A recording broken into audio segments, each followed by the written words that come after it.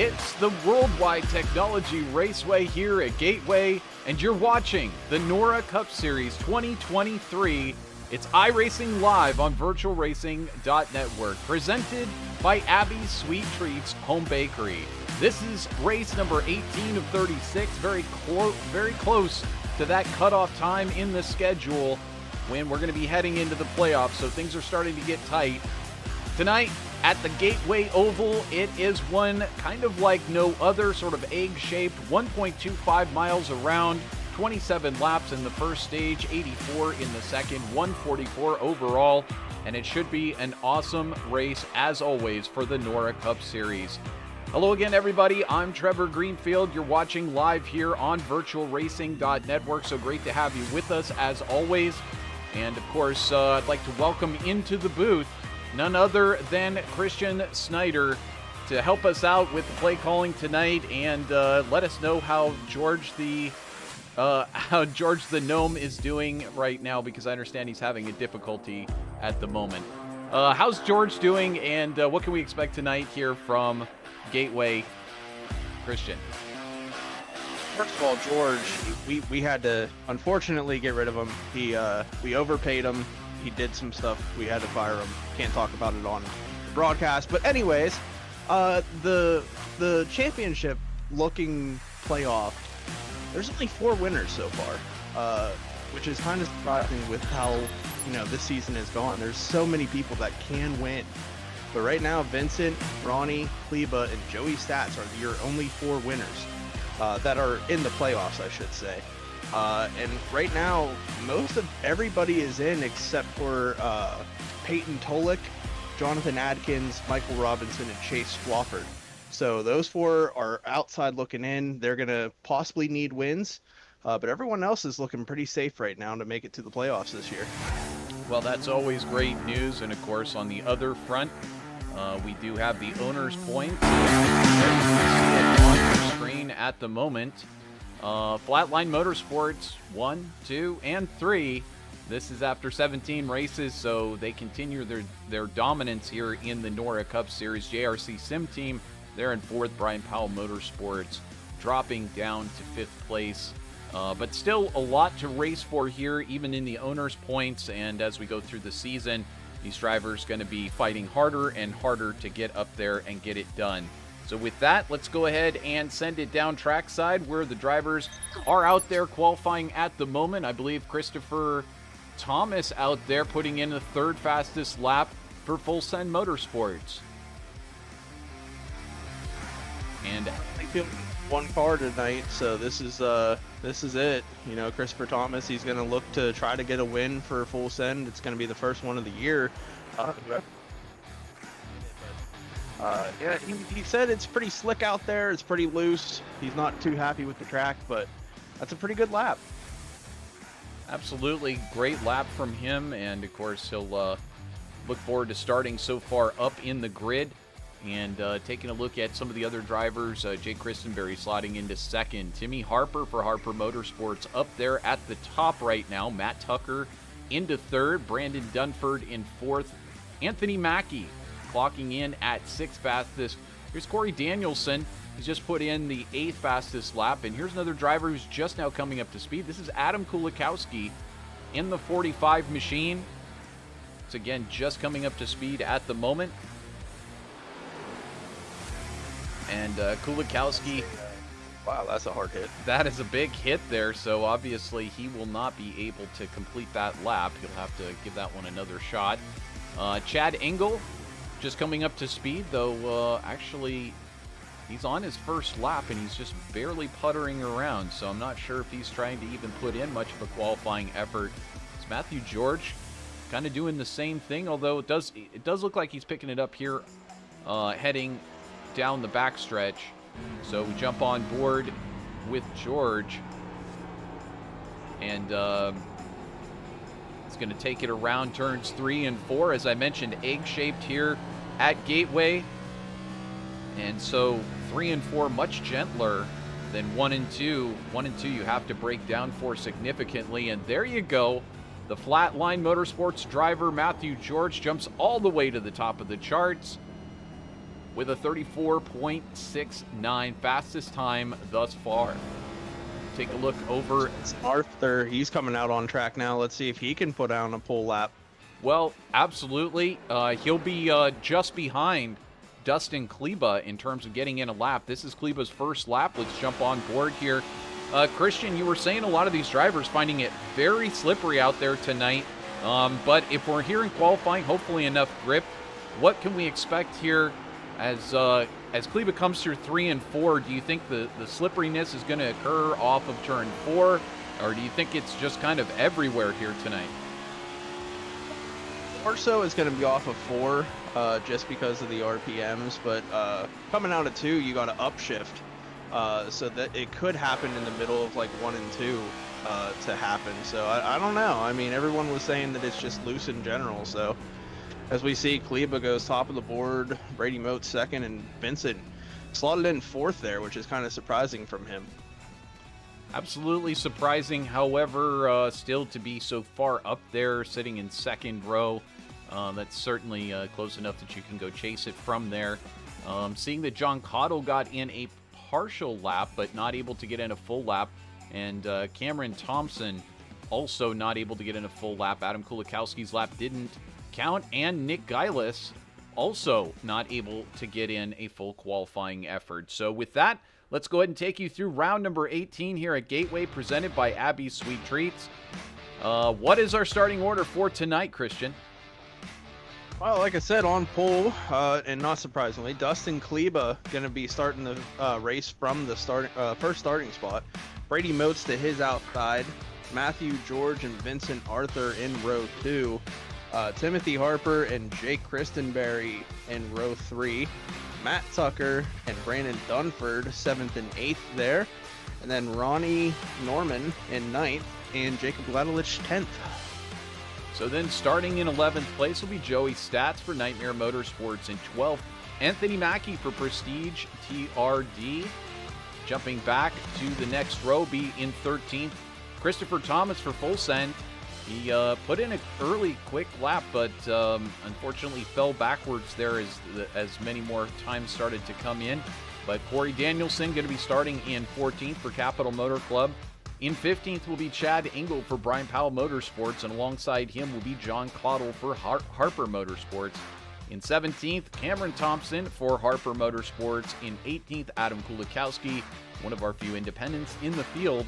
And 19th will be Nick Geilis, who's racing for owner points, as well as Christopher Thomas, I believe, Corey Danielson, a few of these drivers just out there for owner points tonight. A little bit of a smaller field here tonight.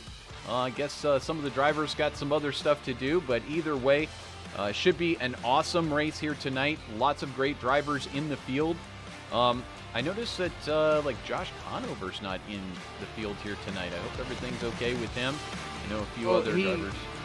He is in the field. He's going to start from the pits, run 1 lap, and then pull it in.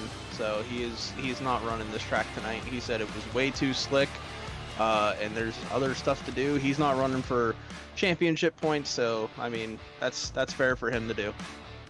Well, there you go. I guess that's his prerogative to do so. Gives up all that great racing time to everyone else, and I'm sure we will see some spins, but at the same time, I think we'll see some of these drivers master that slipperiness, and it'll be fun to watch these drivers try to conquer this Gateway Oval, which usually doesn't quite have the, this sort of a waxy feel to it, to these drivers, but apparently this is a whole new thing. And so tonight, this driver's going to have to deal with that additional issue besides all the typical strategy and passing and being passed. Either way, Barney the flag man with the green flag in the air. We're about to get round number 18 underway here for the NORA Cup Series. Green flag flies. And Dustin Kleba, Brady Moats, Matthew George bring it down into turn number 1. You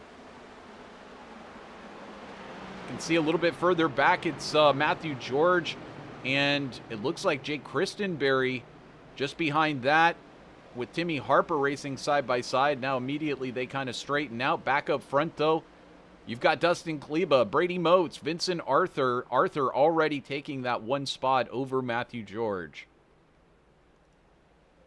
gonna say this track, it's pretty hard getting into turn 1 because you got to use the brakes pretty heavy. They're going from 170 on the straightaway down to 110 in turn 1. You got to get really hard on those brakes, as you said. Here heading into turn 1, it's Timmy Harper for Harper Motorsports racing side by side with Christenberry, and easier said than done to race side by side through turn number 1. Really, really tight there. And, of course, not much room on the exit, so you pretty much have to get that pass done by the midpoint, by the apex there in turn 1. Otherwise, you're going to be sacrificing some exit speed. But he manages to get it back together. Christenberry, though, pulls out a little bit more of a gap. Taking a look up front, Kleba having no problems thus far, and that is no surprise to us here, as we've been watching this driver since he came back into the series, able to just do kind of whatever he wants to with this KPR Motorsports Ford. And we have someone around, I believe it's Chad Engel. There's Engel on the backstretch, facing the wrong direction. There he'll get it going again. Unfortunate stuff for him. Let's take a look. I also see... What's that? Kulikowski also involved in that one. So Kulikowski, I see that possibly Timmy Harper involved in that one as well. This is on board with Engel coming to this yellow flag. Looks like he gets a little loose off the corner, and someone else is already around in front of him. I see that Kulikowski's having that problem, but I believe that was Harper. And there you see him making contact. That's Jake Christenberry. So the incident did not end where Engel had that problem. Let's go ahead and step back and see if we can tell exactly what happened here. We take a look from overhead with Harper. See Christenberry. That was actually Cameron Thompson in the 2. There's Christenberry having that issue, going up and hitting. That was after the caution. Wow. Exactly. So Christenberry having a real issue getting under, I guess he broke down a little bit more than he thought he would, and that got him sideways, and Harper just kind of wants to know what the heck's going on there, Jake. But either way, these two able to get their cars rolling again, and we'll look again over here and see if we can tell exactly what happened with Kulikowski. This was behind, and there he gets tagged in that mess. Yeah, and you can see right there in front, Cameron Thompson also got sideways, and it looked like the 54 got into the back of him. So a lot of cars in this one. Go back and see what happened with Cameron Thompson. As you said, man, this is just some craziness. I mean, I don't know what to say. They're kind of, like you said, getting loose out there and then somewhat unable to control that when they try to apply the brakes. But some really crazy stuff here for the first couple of laps of this NORA Cup race.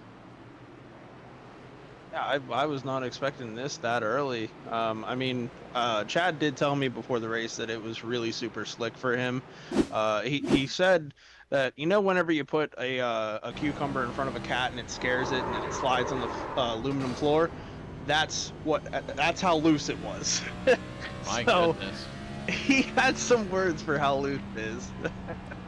Wow. Well, quite the different race that we had a week ago for the NORA Cup Series, and of course last night at Charlotte Motor Speedway for the Truck Series.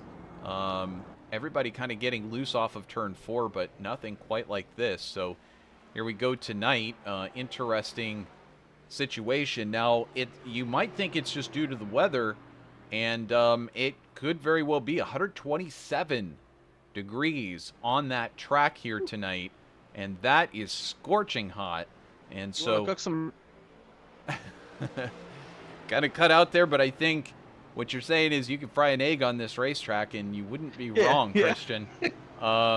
Definitely, I think that is about as warm as we've seen here in the NORA Cup Series. Now, the good news is only a 3-mile-per-hour breeze. However, it is 84 degrees, and I have a feeling these drivers very hot in their cockpits if it's that hot on the track. Green, green, green. And we are back to green that quickly. So Dustin Kleba will lead us back to the green here at Gateway. Yeah, hopefully these guys are gonna like calm down a little bit and let it go green flag. But I mean, this track, it's gonna be a problem with them getting loose off of turn 2. I thought it might be 4 more so, but it is turn 2 that seems to be the issue.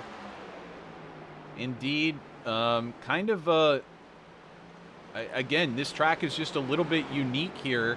As we look a little bit further back, I think it's Brandon Dunford who's moved ahead, and now, you know, Dunford up 3 spots, Matt Tucker up 3 spots. Matthew George has really suffered here in the early goings. We're 3 wide back here between Ronnie Norman, John Cottle, and Jacob Glaudelich. Glaudelich on the outside there. In that number 7 not want to be 3 machine. wide off of turn 2. No, you definitely don't. You don't want to be going into turn 1 or coming off of turn 1 3 wide. That's how you end up in the wall. But Cottle and Norman now racing side by side. This is for the 7th position on track.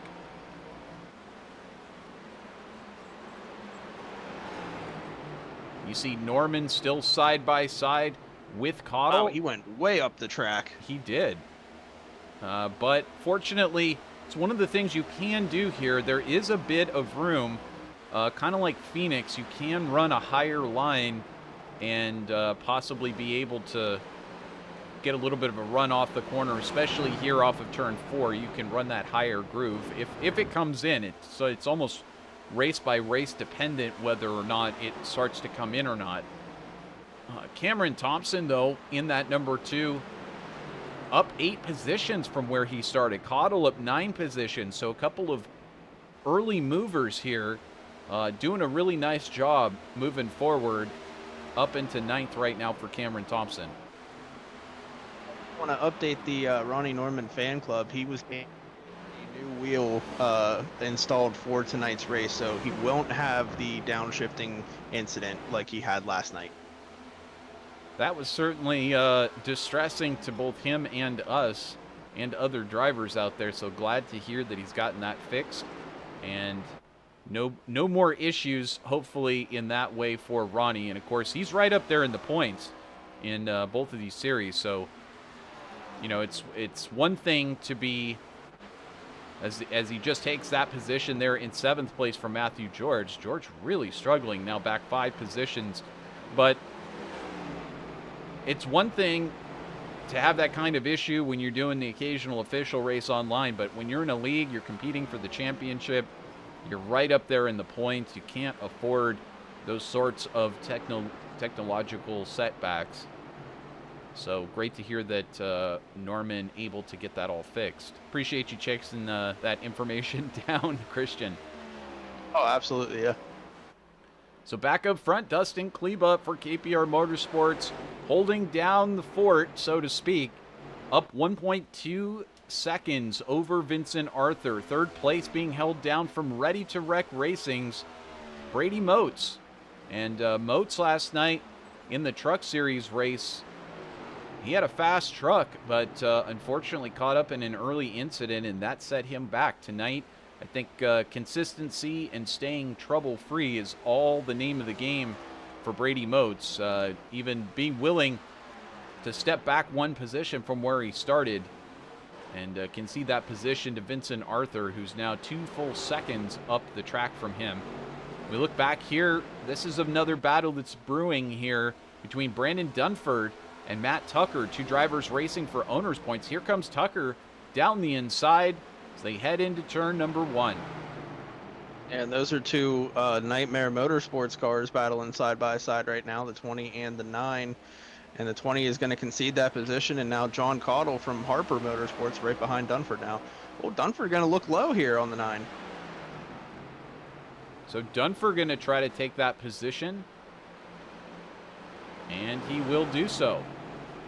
So move Dunford up into 4th and move Cottle now up into 5th. Yeah, Cottle took advantage of Dunford passing the 9 and moving the 9 up the track, and then Cottle just kind of slipped underneath him. But it looks like Tucker going to try holding him off on the outside here. 1 and 2, you can do that. I don't think you can do that in 3 and 4 just yet. Yellow. And we We do now have a yellow. I believe it's Joey's stats. There's stats with that retro paint scheme, just getting it back going again. We'll have to jump back into the coverage and see. Also, possibly Nick Geilis having an issue, but we'll check this one out first. This is stats. Real tank slapper there, and around she goes. Nope, manages to keep it still pointed forward, but that was coming off of turn 2, and almost around she goes. Back going again for the number 43. And then show that Nick Geilis, we'll have to see if he had an unrelated incident, but I think he just decided to start and park for tonight or something, because says he jumped back to the pits. There he is stopping in the middle of pit lane. So unfortunately, we lose him as a competitor.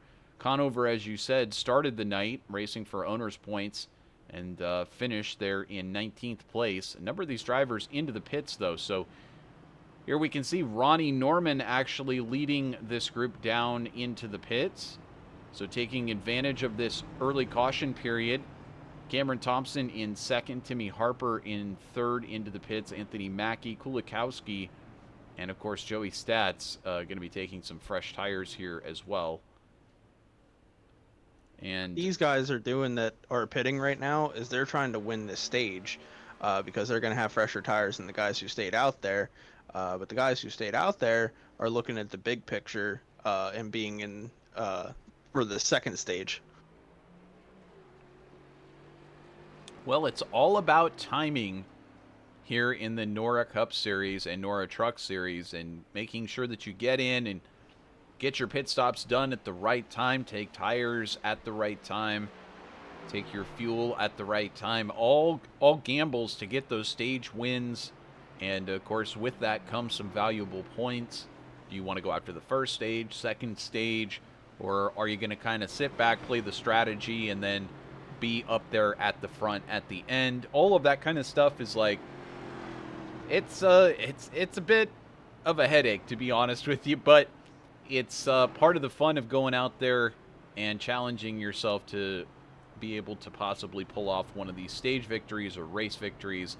Very difficult to do so here in the NORA Series. So we've got, looks like about 9 more laps until the end of stage number 1. Who's it going to be? Vincent Arthur, Dustin Kleba, Brady Motes, Brandon Dunford, John Cottle. That's your top 5 at the moment. We'll see if that's how they finish stage number 1. We'll be right back here on VirtualRacing.Network. Don't go anywhere.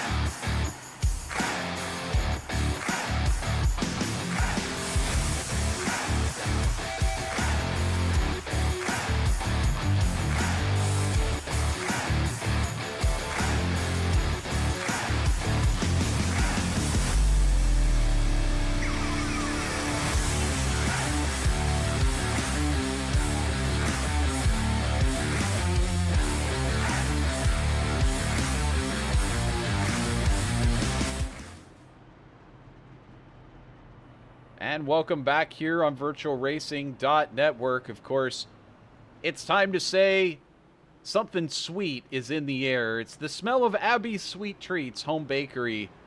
Yes, that's right. You've got custom chocolate chip cookies, custom designed cookies, artistically made cookies that taste so good they'll make you feel great on the inside. Here's cake pops. You've got the Oreo cookie pies. You've got Mother's Day cookies. So many new ones. We'll be getting some new photos in for our next race, but in the meantime, if you want to see it, you just head on over to Abby's Sweet Treats over on Facebook, Twitter, Pinterest, and more. There's the phone number, 812-264-1624. Out of Plymouth, Minnesota, abcobb@gmail.com. She'll send you some in the mail, and we always appreciate Abby's Sweet Treats Home Bakery, proud presenting sponsor of the NORA Truck and Cup Series. With that, we're coming back here to the green flag. Dustin Kleba already tasting that sweetness in the air. He's been pretty unstoppable so far, but perhaps that driver to the right of him, green flag. Vincent Arthur, might have something to say about it before too soon. I'll tell you what, Kleba didn't get exactly like an excellent start over Vincent Arthur. Behind, we got Dunford side by side with Modes, and I think we might see possibly Arthur challenge here in the front, but side by side they remain behind for that third position. Dunford and Modes, with Dunford on the outside. Now he just barely manages to pull ahead into turn 3. Wow, really high up on the track there through 3 and 4. That's going to allow Brady Motes to get underneath him there for third place, but on back. Oh, we got trouble. And we Cameron can see Thompson, Cameron Chad Thompson Engel. and Chad Engel having that issue just as we flashed the camera up there towards them. And I tell you what, it really did look like Vincent Arthur was about to go make that challenge for the stage victory. But let's go ahead and jump back, and we can try and see if we can figure out what happened with Cameron coming off of turn number 4. But you can see he's already really low on the track right here, so that could be a factor here. He's all the way down on that apron. I don't know. That's not really where you want to be. Let's take a look a little bit further back. Here's as they were coming through. In fact, there was another car already down into the wall. I don't know if that, I'm not sure who that was, but somebody was already down into the wall. So now here's Thompson as he heads up into 3. And you see the 54 there just behind, and it looks like he's trying to maybe check up a little bit because of where Matthew George is. And Thompson just shoots off the corner and just straight up the track into Chad Engel. I don't think he knew he was there at all. Kind of seems like he didn't. It seems like he just kind of came right off the corner right into Engel, and we'll see, like, maybe if we watch on board whether or not that's the case. Here he is coming right off the corner. It looks like he just drives it up. I mean, the chopper cam kind of makes it look like it has a lot more room. Obviously, you've only got like 3 lanes to deal with there, and so if you let it drift up the track a little bit too much, you could find yourself in another car. But still, you do have the benefit of the spotter, so not sure if his spotter said, "You're all clear," and then said, "Wait a minute, no, you're not." Sometimes that happens. I think a bird landed on his spotter and distracted him. But perhaps you can tell me why Dustin Kleba is in the pits right now. No, I don't know. Maybe trying to be in the lead for the beginning of stage 2, but I don't know, man. That's This an is interesting surprising. call, as that is not the easy way to get stage points here in stage number 1. In fact, that is going to give essentially Vincent Arthur the stage victory, assuming that Brandon Dunford or Brady Motes. Now, I'm not putting it past Brady Motes. Brady could try something here heading to turn number 1, turn number 2, but it's more than likely just going to give over that lead to Vincent Arthur at the end of stage number 1. But that's, again, it's all that strategy, all that strategery, and you got to get it right somehow. And, well, this is how they play it. Kleba deciding to come into the pits. Now going back out, he's going to be in 12th place, and it's pretty interesting stuff. Emily Christenberry checking in. Let's go, Christenberry, for sure. Always something to watch with Jake Christenberry. And Megan Beadle also checking in. We appreciate that. Let's go, Christenberry. We love you, bub. Steven Dombrowski, how's Norman running?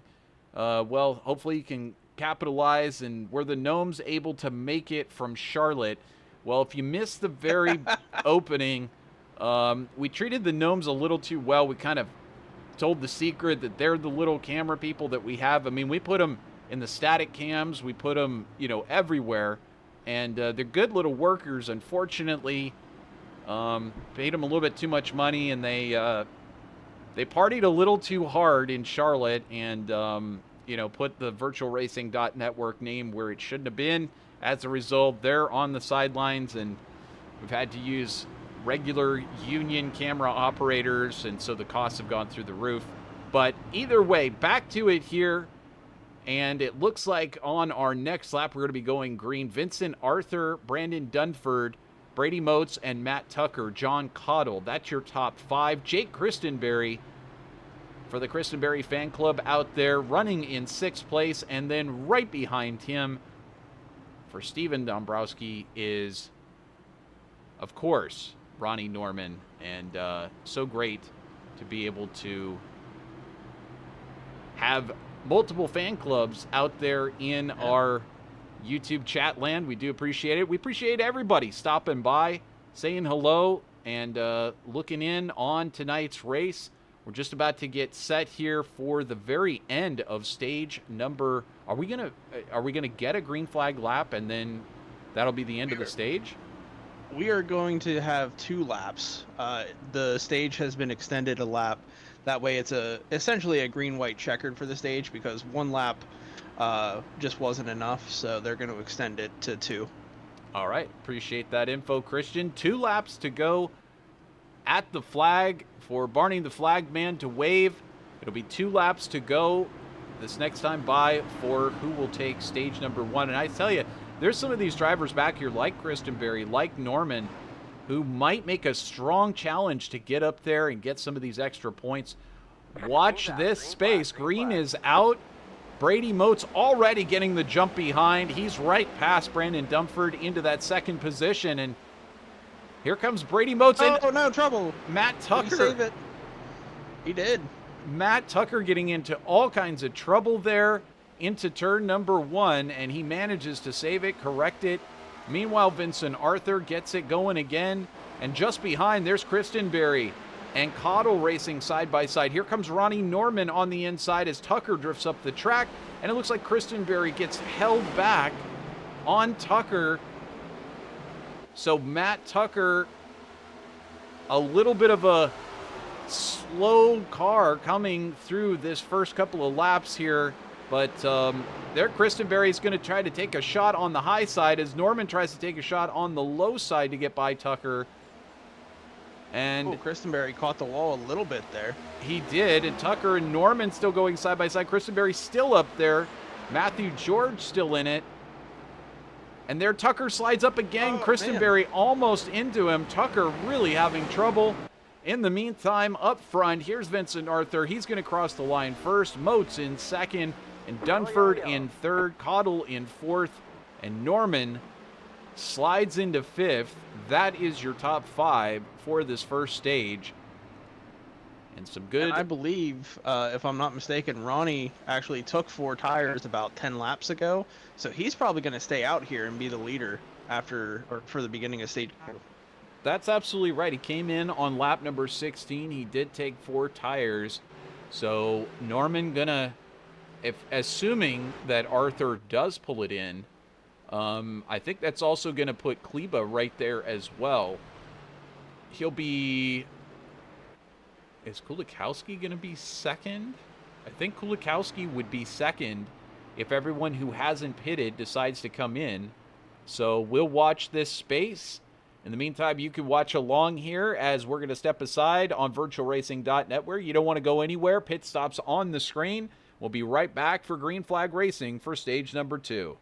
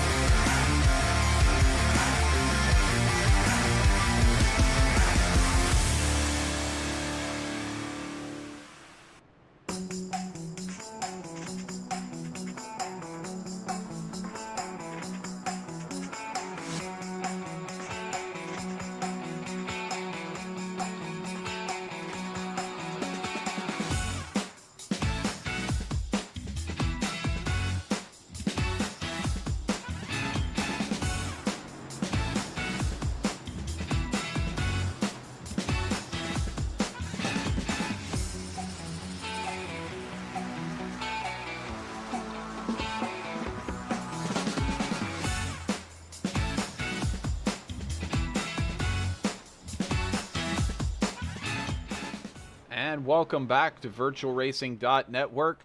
We've just completed stage number 1.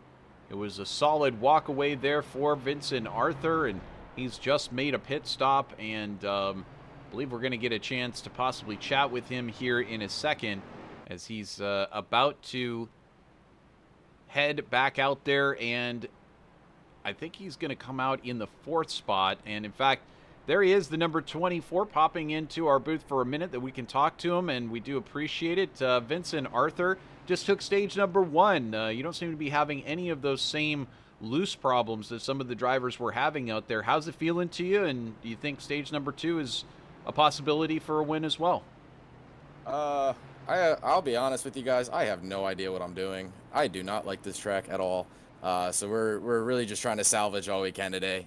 Dustin is a rocket out of the short run, but I think I might have something for him long run. So we'll see how it ends up going. Yeah, very hot track. It's slick. The cars are just kind of always in a 4-wheel slide, so that's always a lot of fun as a driver to be able to control all of that. But yeah, just kind of damage limitation at the moment.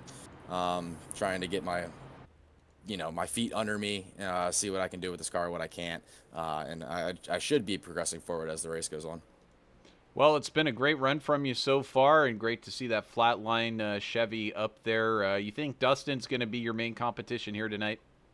Yeah, I think so. I mean, it's like week in and week out. It seems like me and Dustin just go back and forth on who's leading and who's winning. So that'll probably be a common theme towards the end of to the end of the year. But yeah, no, he's definitely really, really fast tonight, especially out of the gate. So I think if we get a long run to the end, we'll have a shot. But if we get a 10-lap run to the end, I think we'll close it. Well, you've been having a great run so far. We'll watch on and see whether you can do something here in stage number 2. You got a good shot at it from 4th place, and good luck to you, my friend. Hopefully we'll be talking to you at victory lane at the end of this one. And 4, I appreciate it. So that is Vincent Arthur, and of course we always appreciate when these drivers are willing to join us afterwards, and certainly thank you, Christian, for securing that interview for us. And in the meantime, it's going to be Dustin Kleba who will lead us to the green flag. As you mentioned off the air, Christian, Ronnie Norman decided to stop during that round of pit stops, so I think he's thinking sort of long run here in stage number 2, just getting the freshest tires that he can, topping off and being ready to go. So either way, Kleba came in last on lap number 22, a little bit older of tires, and on this hot of a track, I mean, that may sort of matter. It might. We'll have to see if Brady Moats or Vincent Arthur can get up there and pass him here in turn 1. But we are in the restart zone, and we are green again. And wow, Kleba got a great jump there. Fantastic jump, still over 120 degrees Fahrenheit here. Great jump for Kleba, but Brady Moats right there and holding strong. And then there you can see also, looks like Vincent Arthur challenging now. So he's going to try to take 2nd place, and there's also Cameron Thompson just behind, going to try to take that position from Brady Moats as well. Cam was just in the wall a few laps ago, so that damage doesn't seem to be affecting him very much. No, indeed. We've got, I think trouble, John Cottle. Cottle is almost around. We jump back to where he is. He manages to get it back going again for Harper Motorsports. It's amazing. Watch these drivers. I mean, Cottle was just up there racing towards the front, and then here he has this problem that basically takes him all the way to the rear of the field. But I'll tell you another driver that's not having any troubles. He just set the fastest sector 1 time. We're going to watch and see what he can do here in sector 2 and the overall lap. But Kleba, fastest so far. And there's the fast time, 34.60 on the track. Look a little bit further back. There's Ronnie Norman. He's managed to storm through this field so far, up 5 positions. And those fresh tires paying off already. Stormin' Norman working his way up toward the front like he normally does, and the fan club is cheering. You can see they have their own small section here in the crowd as head down. There's a whole VIP section for Ronnie Norman's fans. See a lot of that black and blue up there in the stands. That's all for Norman. And he treats his guests really well, you know, complimentary barbecue and such up there. Hasn't invited us up there, which I'm a little surprised about, but either way, he treats his guests really well. Steven Dombrowski knows all about it. Dustin Kleba leading here on lap number 38 with Vincent Arthur just about 6-7 car lengths back there. Brady Moats for Ready to Wreck Racing, they're in third place, and Ronnie Norman holding on to fourth. Brandon Dunford, though, he's up a few places, and he's just racing for owner points, but driver out of Milton, Florida is having a good run so far. And he's holding on like some of these other drivers are not. So having a really good run, solid here through stage number 1, and possibly we'll have something to say here in stage number 2 for the top 3. Matt Tucker, you saw him not long ago towards the end of stage number 1. He was having all kinds of problems. Seems to have gotten it much more under control since making that pit stop. I think these tires starting to really cook on some of these cars towards the end of these stints. And as we look here, Matthew George, he's had a really rough start to this race. He's back 4 positions. He's moved up since where he was at his lowest stage. But here we see just behind Cameron Thompson now falling back into 9th place as Timmy Harper starts to move up through the field, now back up into 8th place. Talking about Matthew George a couple weeks ago, how he's always there at the right time. He's actually running better than he usually does here in stage 2. He's up in 7th up there, but back here, Kulikowski looking underneath Cameron Thompson going into turn 1. Not going to quite get, maybe he will here. Side by side, getting really tight there, and there you see the DoorDash number 23 of Jake Christenberry poking his nose in. Is he going to try to take it 3 wide? That would not be advisable just behind for him to try to do that here, but we've seen stranger things done, and certainly Christenberry willing to make a move where it needs to happen. As they run here into turn number 1, it's Christenberry who moves underneath Thompson and is able to hold down that 10th spot. Now next up will be Kulikowski. We'll see whether or not he can chase him down as well. We take a look further forward, and this is the battle that's starting to happen here between Brady Moats for Ready to Wreck Racing, and he's got a mirror full of Ronnie Norman of Flatline Motorsports. Yeah, Ronnie looking to get into the podium position here. Brady's doing a great job recently. He's always been up here in the top 5. So he's been improving over time, and I think he's got a win coming here soon in the Cup Series. Yeah, definitely seeing his pace really starting to come out as a front runner for Brady Moats. And I don't think that's a surprise to anybody here in NORA. They've seen that kind of speed out of him. What is commonly taking him out is the same thing that takes out some of these other drivers, and that is he just seems to get caught up in incidents each and every race. And a lot of times it's not his own doing, but, you know, some of these drivers like Kleba and Arthur, one of the reasons why they're there at the end most nights, of course, you can forget about last night for Arthur, but they're there because they survive and they're there at the very end. And it just, some drivers just don't seem to have that luck. So maybe Brady Moat's able to turn that around. He's running in 3rd place. He's putting down very competitive lap times here as Ronnie Norman with those fresh tires tries to chase him down. Not too far back from Ronnie as well, so all 3 of those cars kind of within I believe a second of each other, battling for 3rd here. So Dunford not quite out of that battle yet.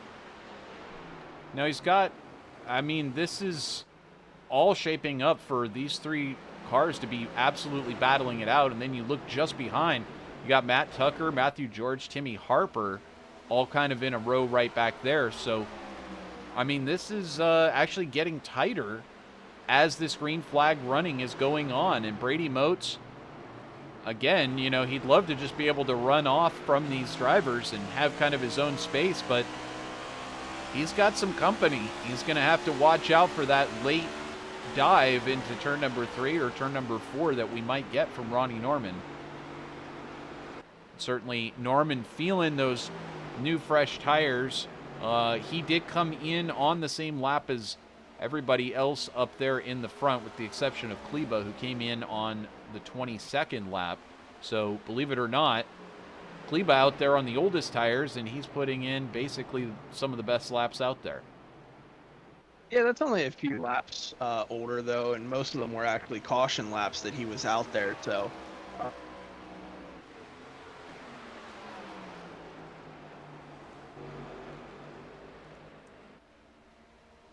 So some of those laps under caution, and kind of lost you there a little bit, Christian, but Dustin Kleba, you know, as you said, with older tires, but does it matter as much if you've got the track kind of figured out, you've got the rhythm, you're able to make a small adjustment, maybe drive? You know, that's one of the things that this track offers you, much like Phoenix and other tracks where the two corners or the two sides of the track are not the same or almost exactly the same, is you are able to take different lines through the corners. It offers you different abilities. So you can, for example, push a little bit harder on that right front. You can push a little bit harder on the right rear. You can wear the tires a little bit easier. You can try and late apex, you can try and earlier apex it, or try to hit the apex exactly in the middle of the corner. And with the fact that you have two different shaped corners, it really gives you some different options in how you can stretch those tires out over the long run. So Kleba, you know, definitely becoming an absolute master at stretching these ones out. And as we take a look a little bit further back, this is where that battle has ended up between Brady Motes and Ronnie Norman. And again, just as we go longer and longer green flag runs, you're going to see these drivers starting to take slightly different lines through these corners to try to even out that tire wear. In the meantime, we got to take a look a little bit further back, and we're going to find Jake Christenberry now back in 8th spot. So this second stage has not been as kind to the Prestige TRD driver. Fortunately, the 30-year-old out of Attica, Indiana, not really getting on so well as the others at this third of the way through the race where we're at right now. But the hot conditions really affecting just about everybody. Matthew George as well. He's dropped 6 positions here so far today. Another driver that's really struggling is Jacob Gladelich. He's dropped another position from where he started. So just running outside of the top 10. Here's Anthony Mackie. He's kind of struggling at the moment as well, dropping two spots from where he started. And Christopher Thomas, I'll tell you what, that is a heck of a paint job on that machine. You wouldn't happen to know who painted that beautiful, it's got rainbow coloring and it's got chrome and it's matte. It's, man, I'd love to get my wrap from whoever makes that wrap on that car. Is that a Snyder Graphics? I think it is. I think it says it on the deck lid there on the back. I see that. Like right above the spoiler. You know, I don't know. It might be. You have your gnomes over at Snyder Graphics working overtime to produce that one. That looks awesome. Yes, thank you. It took a long time to make, but yeah, it came out really well. So some beautiful work there. And hey, I'll tell you what, they say it, and it's true. Sticker's worth an extra couple of tenths on the track. And certainly it looks good, and that's the main thing. You get the thumbs up from the crowd. Matt Tucker doing everything he can in the Hooters number 9, trying to hold off the number 20 of Brandon Dunford just behind him. And it's been kind of crazy for Tucker here tonight. He's been up and down so far in this race. Dunford actually just locked it up going into turn 1 there a little bit. It's going to cause him to go up the track, and Tim Harper going to go underneath. Harper going to go underneath, and perhaps that will spell more problems for Dunford. You know, once you lock those tires up and you start suffering some brake and tire issues. Usually doesn't self-correct itself out, but we'll see whether or not he can manage to get that righted again. Here comes Christenberry just behind. So this is for, right now, Dunford is in 7th, and here looks like Christenberry going to try the high side, at least at this moment. A little wheel spin coming off of turn 2. Something we're not going to see here that we saw in real life. I don't know if you watched the race on Sunday, but they were breaking their brakes. A lot of them had brake explosions. So luckily iRacing does not have that in their software yet. No, it's something I would love to see come out. Of course, I mean, there's so many racers who would not love to see that happen, and don't want to see that simulated. It makes, it would certainly, the more attrition and different acts that would lead to attrition would certainly make it much more complicated. As we've got a side-by-side here, that's Tim Harper getting by Matt Tucker, and now Brandon Dunford's going to set his sight on Matt Tucker as well. Yeah, Harper has been moving through the field. I believe earlier he was back in like 9th place. He's just kind of slowly picking them off here in the long run. So good run for Harper right now as he's in the top 5 now. Well, there is a little bit of simulation that you do get with the brakes. You can't, break brakes. You can't overheat your brakes, etc. Even though that temperature is simulated, it doesn't really kill the brakes. What it does do, though, is it possibly will put too much heat into the tires based off of the fact that there's too much loading going on at one end of the car.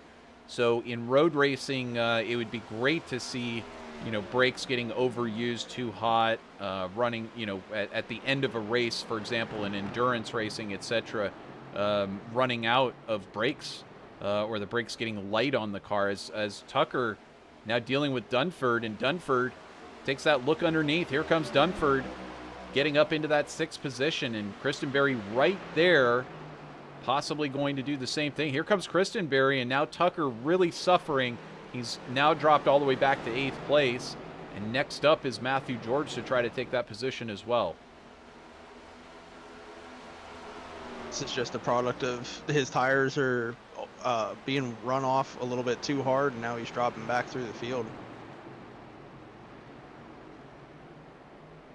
So Matthew George possibly going to take that position there in 8th, or give it a shot. Christenberry up into that 7th spot. And then we check a little bit further forward. Here's Vincent Arthur, who's managed to stay about just 2 seconds back of Dustin Kleba here, but 7 seconds ahead now of Brady Motes, and this battle going on between Motes and Norman. And Norman is, I thought he was going to try to make a pass 15 laps ago, but here he is just kind of keeping his gap to Brady Motes, and they're just slowly, methodically working at it. I see that John Cottle has had another incident. This was just a moment ago. He just pulls it right down onto the grass, and I think he's done. Yeah, he's waving the white flag. So, once again, not the first driver to do that here tonight. Just finding these conditions to be really difficult. Could you imagine if that happened in real life? It's like Talladega Nights. At the beginning of Talladega Nights, when that driver pulls in, and that's what gives Ricky Bobby his first chance to go out there and race in a NASCAR race. He's just like in, and he's having a chicken sandwich. He's like, nah, I'm good. I don't need to go out there. You guys should try it. It's real good. You guys should try it. It's real good. Yep. Well, I'll tell you who's not quitting, and that's Dustin Kleba and Vincent Arthur, Brady Motes, Ronnie Norman, and Timmy Harper. And that is your top 5 at the moment. I'll tell you what. I think some of these drivers, Cottle has had his hands full here tonight, and no doubt, if you're really struggling with it, this could be just a nightmare to even try and race around this track. It's certainly to be understood. And there you can see Tucker has finally had enough. He's pulled it in to take on new tires, and he's going to go down a lap there. But, at the same time, if you're struggling with it, but you're still up there in the top 3 or 4 or 5, hey, I think you still stick with it no matter how difficult it is. Here's your leader coming to pit road, and he overshoots the entry.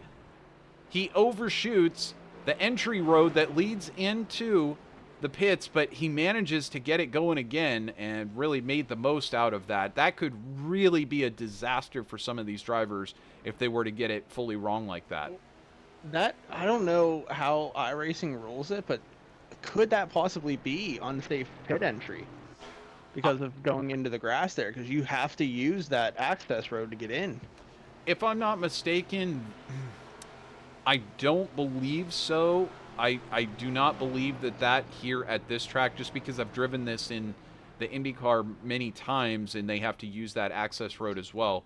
In fact, if they haven't fixed it here, you can actually come into the pits and leave the pits off of that entry road. You don't actually have to use it. I think if you enter the pits, you have to be on that entry road, but you can actually exit from that entry road out onto the track and fake everyone out. I've seen people do this before, but not that I'm saying that can still happen, and I don't know that they haven't fixed that in the last half a year or so. I'm not sure.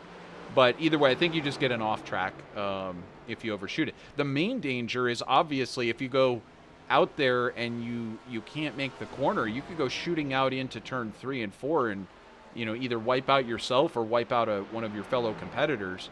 So Vincent Arthur able to go further than everyone else. Kristen Berry now coming into the pits. And Brady Mote still staying out there. Matthew George staying out there in 3rd. Now, looking at their lap times, their best lap times, 34.70 for Vincent Arthur. Last lap time, 36.37. So we're talking almost 2 full seconds slower, like 1 3/4 seconds slower for these drivers from their best laps to their most recent laps. And here comes Brady Motes in. So that's definitely the thing you're watching for if you're trying to get the undercut strategy to work out, as Dustin Kleba has done so. And like, for example, Kleba coming back out there last lap, 34.69. That's a 1.5 seconds a lap faster than Vincent Arthur. But you did hear Arthur kind of allude to the fact that he's like, I have no idea what I'm doing out here. So perhaps, yeah, I think he does know, but he's just, I don't know. He might not know how to get to where Kleba is, but he knows how to drive out here. He was 8 seconds ahead of the guy in 3rd, so he knows what he's doing. I think you're right. I think it's a little tongue-in-cheek, but you never know. Sometimes these guys are just that good that, like, they really don't know what they're doing. They're just really fast. Anthony Mackie takes over the lead here for Prestige TRD. So I'm sure he's very happy to have this run right now. And he's just about to come up on Matthew George, but he's going to bring it down. Is he going to bring it into the pits? No, not this time by. So one of the places that entry road really can become chaotic is under caution, when some of the drivers do try to fake each other out and they take off through that little gap. There's just this little pavement gap. And there you see Christopher Thomas in that beautiful number 91 for Full Send Motorsports. He was up into 3rd there, so he's going to pull it down onto pit lane and take service. Little sponsor plug here. PBX has great keyboards and great mouse accessories for the computer. Check them out. That is true, and that's a new sponsor there on that ride, isn't it? For Christopher Thomas? That's a new sponsor we picked up recently. Well, good for you. In the meantime, Anthony Mackie holding it down here at the front right now. Last came in on lap number 29. And as you can see, I've put the track map up in the upper right-hand corner. You can follow your favorite driver by finding their initials in that track map and kind of keep track of where they're running. Meantime, checking in over in YouTube, we've got Chris Arthur saying, let's go Vinny Arthur. Hey, he's having a good run. This is a good night for Vincent Arthur for sure. It's one of those. I mean, this is just one of those races where, as you mentioned, Christian, in real life, and we can see Mackie dealing with one of the cars who has fresh tires going right on by. In real life, brakes fading, brakes popping on some of these cars, and here tonight, because of the temperature on track, it being so slippery, this is just one that, you just grind it out and you just try to get through it. It's rough for all of these competitors. And so here you see Dustin Kleba making this pass. That is for the lead. And Mackie still needs to come in and get to pit lane. So that should just tell you the difference in pace of these two cars just by themselves, but in addition with those fresh tires. And Kleba now reclaims that lead. Vincent Arthur, as I mentioned, just kind of putting in a championship night, holding on to second, kind of crossing his fingers and, not really hoping that Kleba has an unfortunate error. But, if your competition were to, say, get a little loose off the corner and you could take advantage of that, why not, Yeah, why not indeed? I think Vincent said it whenever he was being interviewed. Vincent and Kleba are going to be the two guys probably battling for this championship, or two of the guys battling for this championship, so they're going to see a lot of each other the rest of this season. So somewhere back about 5 seconds from Vincent Arthur and 13 seconds off of the overall lead is Ronnie Norman. And we're also seeing that if it weren't for the tire situation, Anthony Mackie's still out there on track holding down second place. So, this is another one of those tracks where it is possible to just, because of that undercut strategy, they do have to work quite a lot of seconds off in that undercut strategy. So, for example, if caution came out right now and everybody had to come into the pits to take new fresh tires, Anthony Mackie would come out a massive winner because he'd be able to make that pit stop, get brand new tires, etc. So now he's going to bring it down onto pit road. But I think something happened to him, or no? There he is. Okay. I think it's finally time to come in. He was last in on 29. Here we are on 73. So yeah, it does definitely let you know how long you can go. And then obviously to your own peril, because you start running such slow laps just trying to tread water out there on these old tires, there is kind of a stabilization eventually that the lap times get to where it's not like you get to the point where you get to a crawl around the track, but eventually the lap times stabilize, and then you're maybe a second and a half a lap slower than the fastest cars. But it is one of the viable strategies, and in a track like this, sometimes if you're Anthony Mackie or another driver that maybe doesn't quite have the pace to get up there and win it on just pace alone, you play with some of these different strategies, see if you can knock out a top 5 finish. Ronnie, I love these type of races that are like strategy, where it's like different tire strategy, different fuel strategy. Those are always my favorite type of races. I don't know about you. Oh, yeah, definitely when you get a chance to play with these different strategies and green flag runs. I mean, look, I'm an old school NASCAR fan. I mean, you can go back and watch the 1980s. It's hard to see some of the 70s races on YouTube, but some of the 1980s races, especially early 80s, and I mean, they were, guys won these races by half a lap, sometimes close to a full lap on second place. It's just one of those things that happens. I mean, cautions they weren't thrown for, a small piece of debris on the backstretch, for example, or a hot dog wrapper or something like that. It's like, cautions were thrown when people crashed into the wall. That was about it. And so the races would really break open. And, that was real racing. And that's why when you ended up with side-by-side battles and cars that would come from 4th place all the way to 1st place and challenge for that lead, it really meant something at that point. But either way, we're going to be coming to the end of stage number 2. So Real quick, I think there was something. I think something happened to Jake Christenberry. I saw on the track map he was slow on the front stretch last lap. Well, here we go. He does have damage to the left front. Well, Christenberry there now in 10th place. He's slid back behind this battle going on between George and Kulikowski. These two have really been pretty much going at it this whole race. Now side by side into turn number 1 and 2. George and Kulikowski.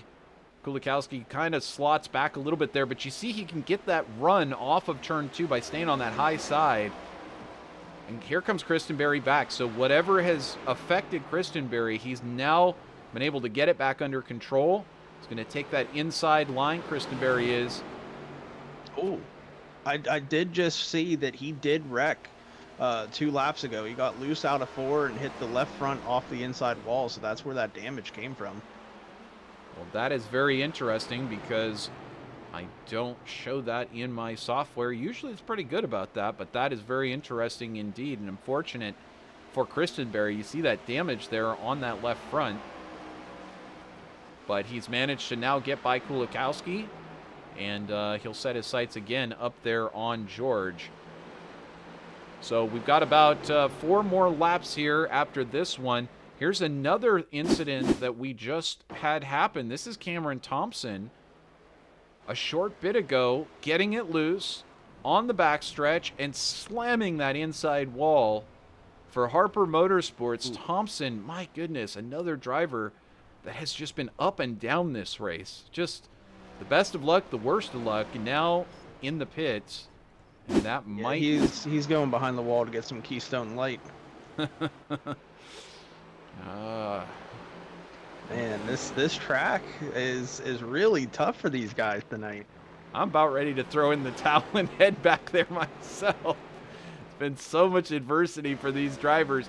Kleba in the front, though. He's had no real trouble so far. Vincent Arthur hanging on in second.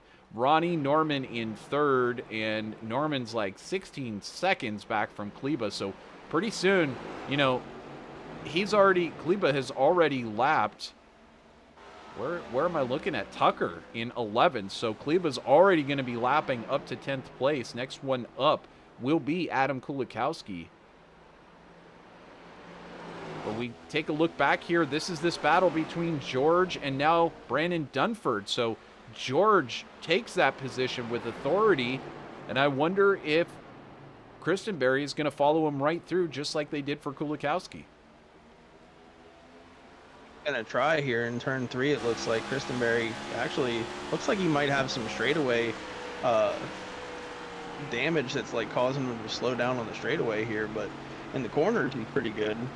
He's excellent in the corners, which is surprising because you would think that damage would affect his cornering ability as well.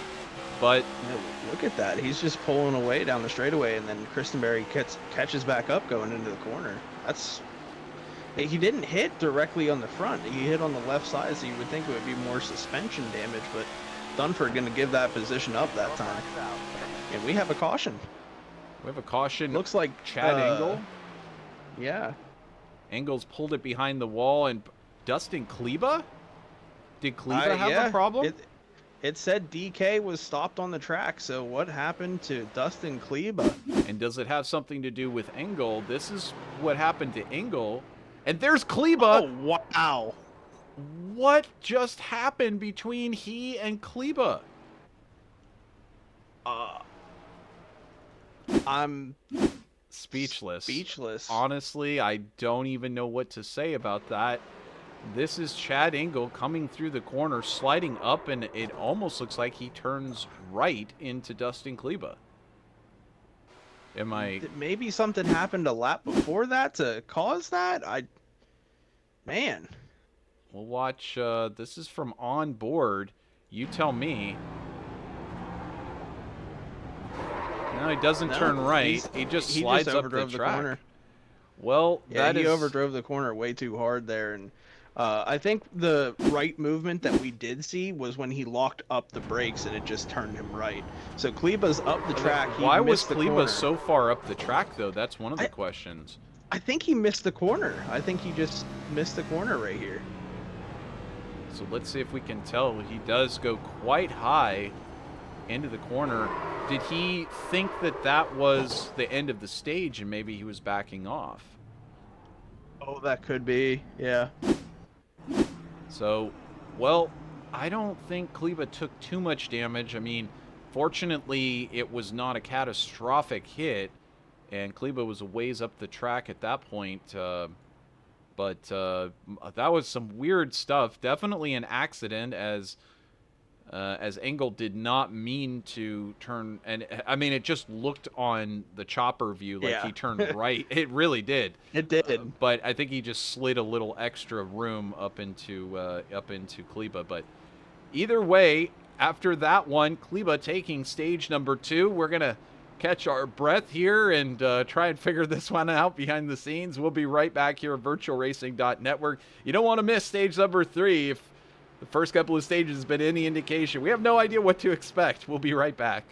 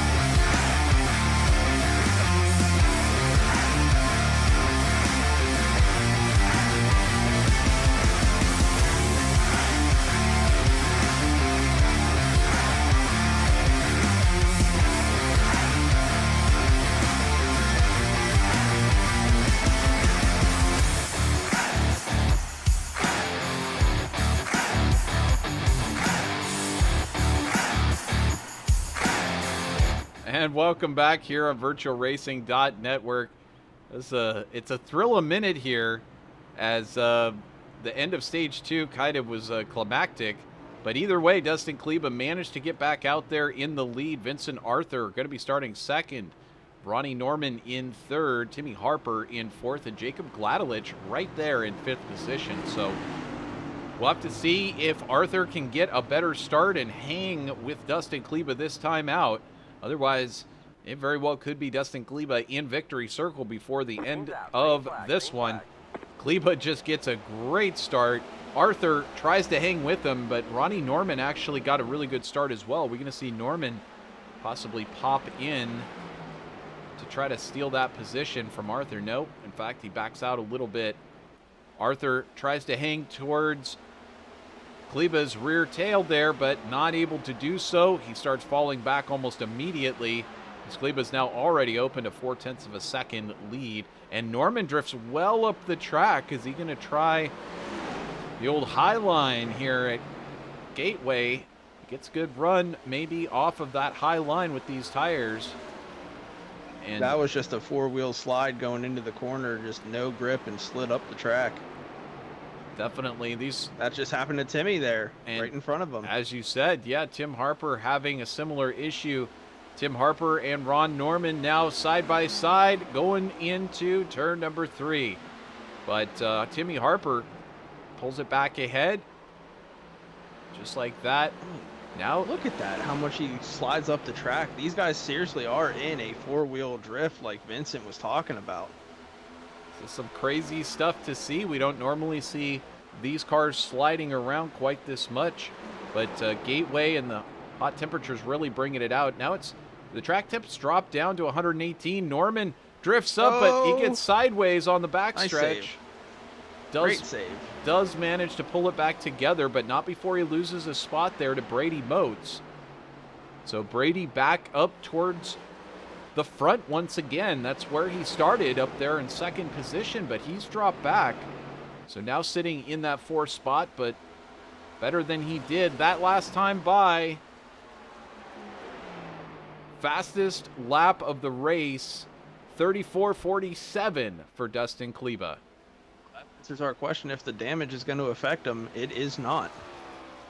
And I could see in the background there, it looked like Vincent Arthur having a little bit of a handful getting up towards the turn 2 wall. And I think this is just one where, I mean, you can almost hear it in Arthur's voice. He just kind of felt like Kleba had it just that extra 1/10 of a second in the bag.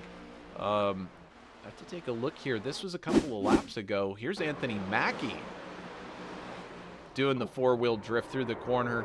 And the tank slapper all the way around. That's a radiator buster. And gets it refired, but for how long?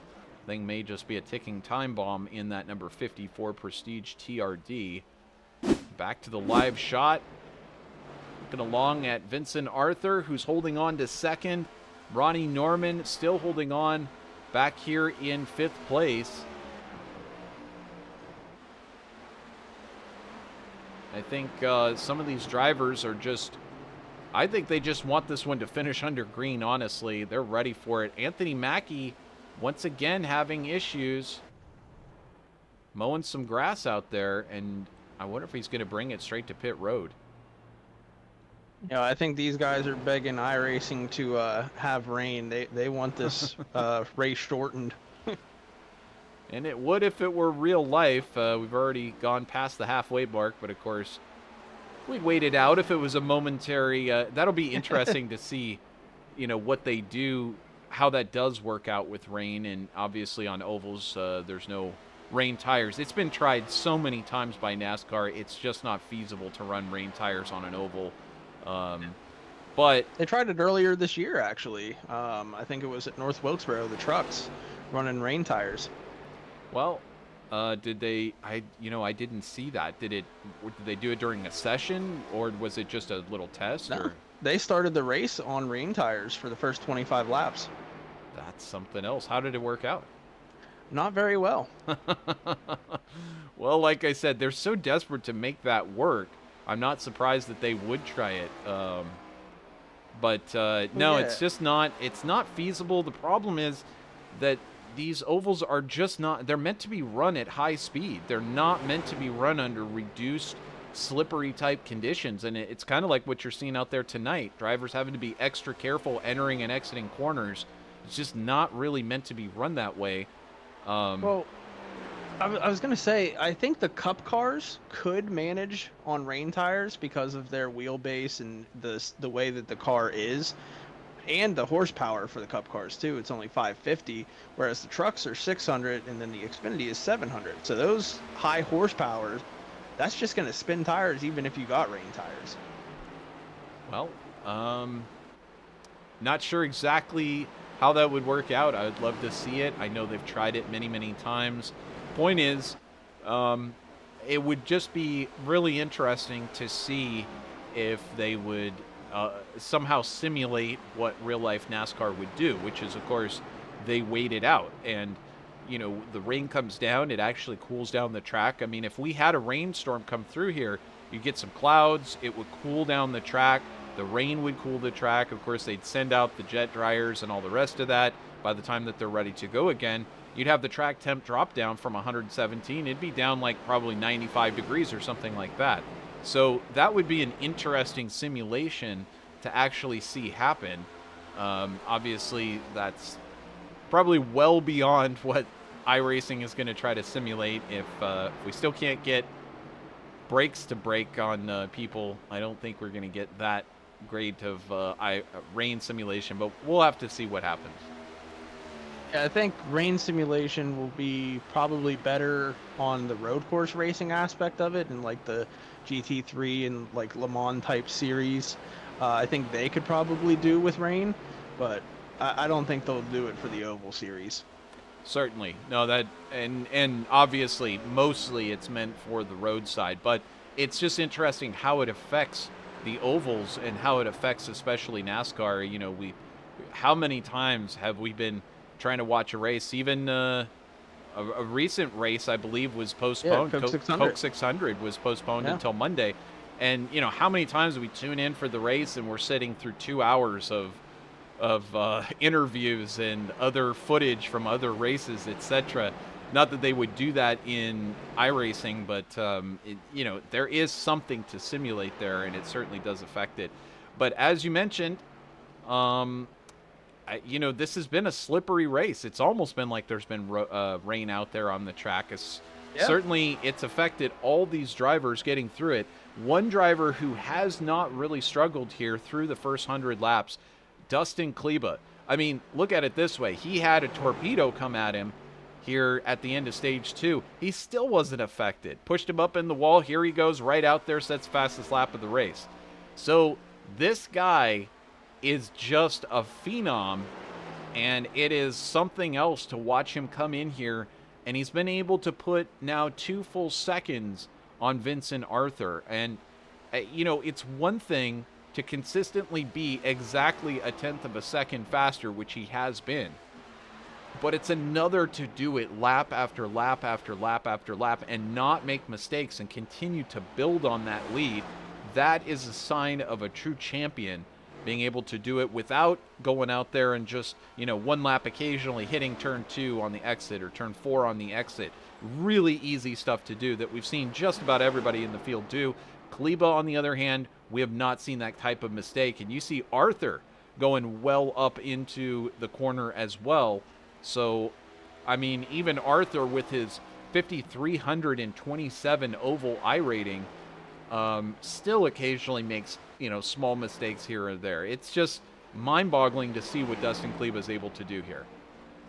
Yeah, and with these iRatings, you know, there's huge gaps between the top iRating guy and the guy who's lowest. So whenever you have guys that are super good, like Kleba, Vincent Arthur, running with guys who have lower iRating, it causes this like mismatch, make the racing a little bit more interesting. Kind of lost you there, Christian. Sounded like you were eaten up by the digital monster. But Vincent Arthur still hanging on here in second place, 2.65 seconds back. Timmy Harper in third, now 5 seconds back of the overall lead, 5.7 seconds back. 1.2 seconds back from him is Brady Motes, 24-year-old out of Alberta, Alabama, for Ready to Wreck Racing. As I mentioned, he's dropped 2 spots from where he started, but this is the type of consistency that he needs. He needs to keep getting these top 5s. He needs to, you know, slowly close in with his pace. It's not a problem for him to be thinking podium every race, but he does need to get that consistency together, and especially to avoid the incidents like Ronnie Norman has been able to do. Ronnie has been honestly just able to dodge incident after incident, and that's the reason why he's up so far in the points right now. It's really been an excellent thing to watch from Ronnie.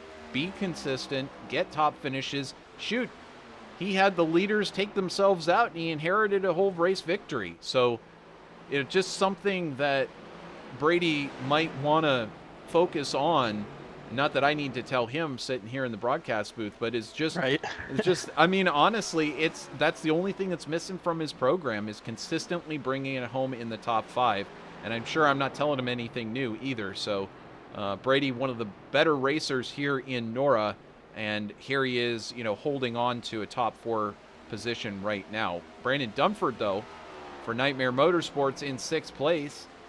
He's had also a very good run, up 2 spots from where he started here tonight. And you can see now just starting to get challenged from Matthew George from behind from Flatline Motorsports. Matt has drifted back. Now he's starting to climb back up the ladder again. He's in that 7th spot. That, if you know Matthew George, that does not really surprise. Matthew George, typically he'll be somewhere near the, 10th place, 9th place, 8th place in the race. But you watch with about 10 laps to go, there will Matthew George be in 5th place or 4th place. It's just, he seems to be right there at the end. Jake Christenberry, he started in 6th. He's had some runs up towards the front, but he has kind of struggled. He got caught up in some different traffic situations, now finds himself back here in 8th place for Prestige, and he's about a second back from Matthew George in that battle, although seems to be catching George fairly rapidly. Perhaps he'll have something to say about that 7th place before too long. Here's Jacob Gladelich. He has done all kinds of good things here in recent weeks. He even managed to take the Truck Series victory not that long ago. And since then, he's had a couple of good runs, both in the Trucks and in the Cup Series. But running back in 9th place right now, definitely not really looking at the type of finish that he would necessarily like to have. Matt Tucker just got back by Adam Kulikowski for 10th place, and these two are our final drivers on that lead lap. And so Kulikowski just trying to hang on to that lead lap, but he's also one of our only independent driver in the field tonight. So Kulikowski in that 45, he's going to bring it into the pits, actually. And I think he's going to try to take on some tires. As you can see, Dustin Kleba now exiting onto the backstretch and working on lap number 110 of 144. He's just about 33 more laps here from a checkered flag and another victory for that number 16 from KPR Motorsports. Christian, it's been a great run for Kleba so far. Do you think there's anything anybody can do to try to tackle Kleba? Yeah, I think there is something or someone who can beat Kleba, and that's Kleba himself. We saw it at Dover when he was having a great run at Dover. He missed the pit and lost the race because of it. So it's possible here. We saw it earlier. He went off in the grass, so it could happen still. That's a great point, and definitely Kleba's going to be well aware of that. He'll need to make a final stop here, and sometimes that's that weird thing that sits back there in your mind, like, okay, well, just like last night. I mean, I hate to bring it up, but, he was leading all the way through the final corner. I'm just saying, he got through the final corner, but it's that kind of stuff. It's like, oh, I only got to get past this final corner. Oh, I only got to defend one more corner. I only got to make this final pit stop. And, your nerves get maybe to you a little bit. And the next thing you know, you're just off by a little bit, or you're not exactly where you want to be on the track coming into the pits. It's just, that's just part of racing. And definitely, as we see Vincent Arthur now making his final stop, I'm going to try that undercut strategy right now over Kleba. But, that's something that can creep up there and get you. And it does get the best of racers on iRacing and in real life as well. Todd Slauson. Yeah, we see Kleba coming in now here. He's not going to wreck. So there you go. He didn't wreck so far, but he's also got to make it to the box. You got to not overshoot the box. Very important. Of course, you have the luxury of a couple of seconds of a lead, so you can take it nice and slow. There's no reason to try to, be the fastest guy on pit road here. You could be the slowest guy on pit road for this stop as we watch him come in for this final stop. He could get an ice cream cone and will still be in the lead. And in fact, he may be doing that. He very well may. Joining his crew chief, having an ice cream cone. Shoot, we talked about Talladega Nights. If you remember. Gotta throw in Days of Thunder, yeah. I gotta get in Days of Thunder as well. But Kleba does what he needs to do on pit road, and he seems to be exiting properly. Kind of drifted up the track there a little bit on exit. I don't think he broke that white line enough that they would throw the book at him. Here's Brady Motes pitting. Ronnie Norman as well following Brady in for that final stop. But Ronnie's had a really good night tonight. He's been solid up in the top 5. That's all you really need to do. I mean, whenever you're locked into the playoffs, you just got to kind of, have solid nights and make sure you stay up there. Obviously, the only thing that can benefit Ronnie right now is stage wins to get playoff points. Anything else just doesn't really matter for Ronnie until the playoffs start. And like that, Matthew George now pitting, and Jake Christenberry pitting as well behind. So Christenberry, as mentioned, also having a fairly good race here tonight, staying up there in the top 10. And that's, again, I think some of these races, too, are builder races. Sometimes you just need to finish the race in top 5. It's like it's been too long since you've locked down a top 5. Not for necessarily Matthew George or one of these other drivers, but if you're talking like Kulikowski, Brandon Dunford, Jake Christenberry, a lot of these drivers, we were just talking about Brady Motes up there in the top 5. A lot of these drivers just want to finish the race, and you can build off of that for the next race. Here's Matt Tucker as well. He's had a really rough up and down race. I don't know if he'd feel super confident anyway after this race, but it's still, like I said, it's one of those things. You set your objective for the race, top 5, top 10, top 3, whatever you need to do.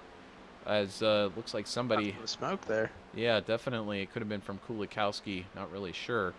But you set what your objective is, and if you come in and you can meet or exceed that objective, it just gives you something to say, okay, I've done what I came to do. I can do it again next race.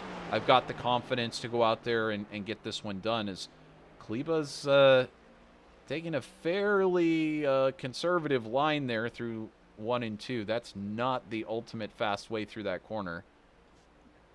Kleba's plan every race is coming in and winning? Do you think that's his goal, to come out of the other end?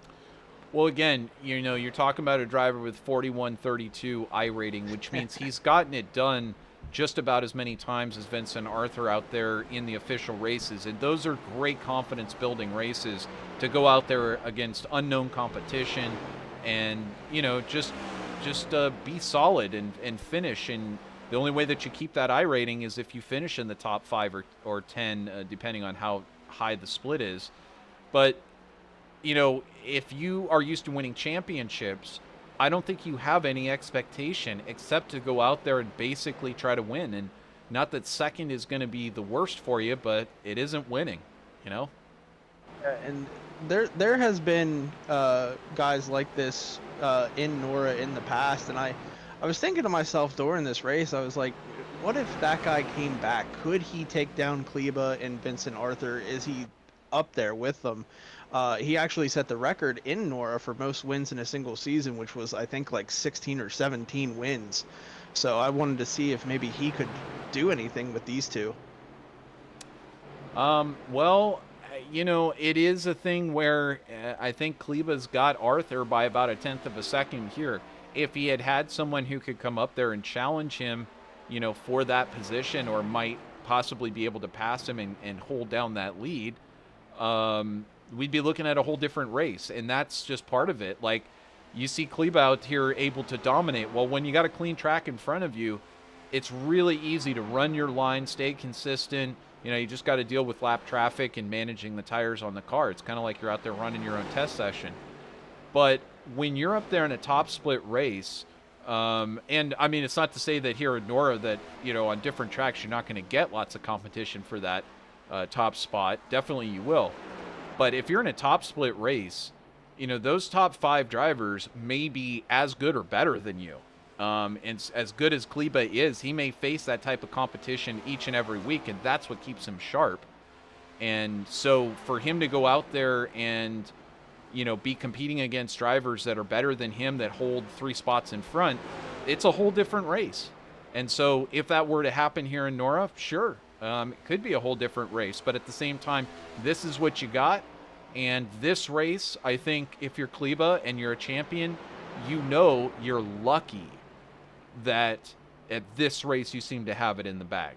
And yet you got to watch out for these lap cars, and you've still got to make your pit stops work right, and all the other things you've got to get right with your strategy. It's not like they're just giving you the race win.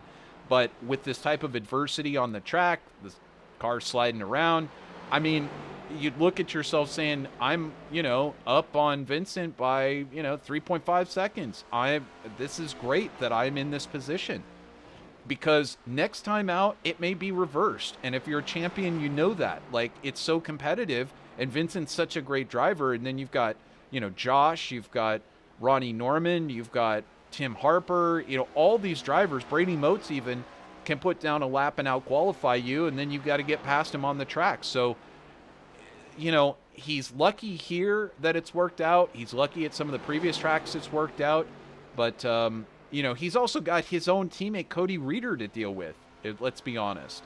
So, I mean, there's all kinds of competition that could come Kleba's way. And just here tonight, because he's doing so well, I think he's probably very, very happy that he has the advantage he has. Matt Tucker dropping out of the lead in the Hooters number 9. And he's definitely going to be celebrating after this one, and I think we know where he's headed. I'm heading there with him. Doesn't matter how he finishes. You're all are head there together and having a good old evening, celebrating getting done with this race, which has just been very difficult. And by the way, you know what time it is? It's I do, yeah. It was actually this time one lap earlier. One lap earlier, but hey, it's 20 laps to go. Presented by Snyder Graphics. There it is, facebook.com/Snyder Graphics. And wonder who that guy is. I think if I could find him here. There we go. Hey, check out this car on the track. This is Christopher Thomas. He's running in 12th for Full Send Motorsports. Beautiful wrap and livery. And by the way, as we just found out, that was created by none other than Snyder Graphics. And that is who you want to talk to if you want a snazzy new wrap on your car. And of course, you can do cars, trucks. Shoot, send him something fun that's different. Send him like a winged car, a bicycle. No, send him like a dirt car, or send him something he hasn't done yet, and ask him to put a cool wrap on that. I'm sure he'll be able to work something out with you. Someday I'll probably send you one of my Indy cars. I'll let you do that one. But either way, 20 to go, brought to you by Snyder Graphics. And with 20, just under 17 to go now for Dustin Kleba, 29-year-old out of Iowa City, Iowa.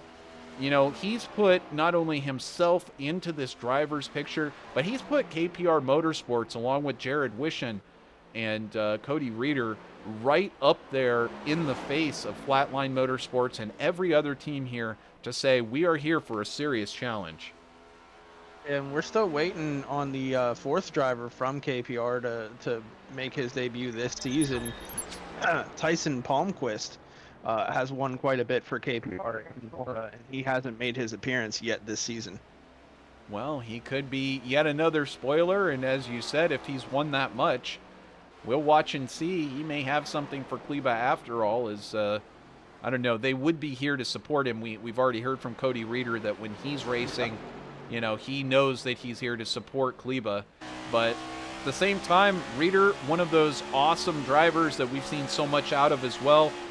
And checking one more time over here into our YouTube chat room, Riley Beetle saying, you got this, Kristen Berry. Well, Kristen Berry up in that top 5 position now. There's a look in. with the Chris, as we'll call him for this second until somebody gets upset with me. Jake Christenberry holding on to 5th, and again, it's just one of those races where you battle that adversity all race long. Everybody's dealing with how hot and slick it is out there, and if you bring it home top 5, especially ahead of a guy like Ronnie Norman, Matthew George, it is just a great confidence builder. Also noting that Christenberry has that left front damage. Jake is missing out on a great sponsor opportunity. He could have State Farm on that car and beat Jake from State Farm. Then he'd have to wear khakis. Yes. He'd have to change his whole race suit. But unfortunately, just as I say that, Ronnie Norman takes his look underneath Jake Christenberry for that 5th position. And right now, Megan Beadle out there rooting on Jake side by side. And I don't know if Jake's going to be able to hold on to this spot. Ronnie Norman somewhat aggressively going for that position, but side by side they continue to battle. They have a fight in chat from Stephen Dombrowski saying, yeah, here comes Ronnie. Well, either way, these two have a lot to celebrate with their night, and hopefully it doesn't end in tears here with this one. Who's right behind them? Here he comes, Matthew George, looking for a top 5 late in the race. I mean, he's just right there, isn't he? He seems to know how to do it. I think he holds on to a little bit of his tires for the end of the race. I think it is totally intentional. And, you know, I see that across all different race series, but especially on ovals. You see it in NASCAR, you see it in IndyCar, you see it, you know, on dirt even. You see these drivers that just hold on to a little bit for the very end. Here comes Matthew George, going to try to make that move on Jake Christenberry. Flatline teammates kind of beating up on Prestige TRD of Jake Christenberry. And, well, looks like Christenberry has won that battle, but the war is not over. And George going to be trying to take another look from behind, although here comes Christenberry possibly with another run on Ronnie Norman. Though he gets a little loose coming off the corner. Loose, not as loose as he was earlier where he smacked the inside wall, but he did get a little bobble there out of turn 4, and he goes real high on 1 and 2 there. So that is 10 to go here for Dustin Kleba across the line that time. Cutting back to this battle between Christenberry and Matthew George. This is the battle for 6th place on the track. As they and Ronnie Norman now work up to another lap car at the moment, that may play a factor in this battle. But Christenberry doing everything he can to hang on to this 6th place. And obviously Matthew George getting dangerously close to that top 5 that he's been yearning for. That's Anthony Mackie, by the way. A lap down now, starting to come back through the field. As Christenberry able to... Multiple laps down, actually. He had that radiator damage, so he is underpowered. Absolutely. 3 laps down now, and Christenberry once again getting loose coming off of turn number 4. But he manages to hold on to it and stay ahead of Matthew George. So however he's getting loose, it's somehow correcting out and still staying fast. Wow, right out to that turn 2 wall. You're right on board now with Christenberry. We'll see how he manages to make it through turns 3 and 4 this time. A little bit of push coming through the corner there, mid-corner. Brings it down, later apexing it. Brings it back up the track on exit. Not as much of a push off of the wall that time. So Christenberry able to hang on.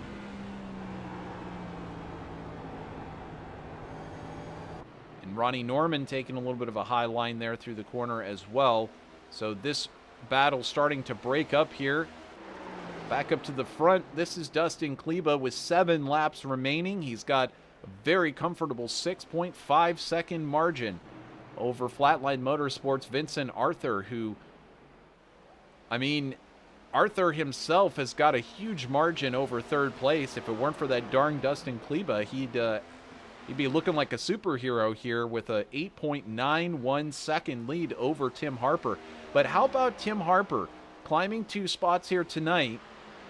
And again, this is the type of solid finish that Tim Harper needs. I mean, every single race he's out there, he's posting on Facebook, he's excited to get out there. He usually qualifies really well. He did qualify top 5 here tonight.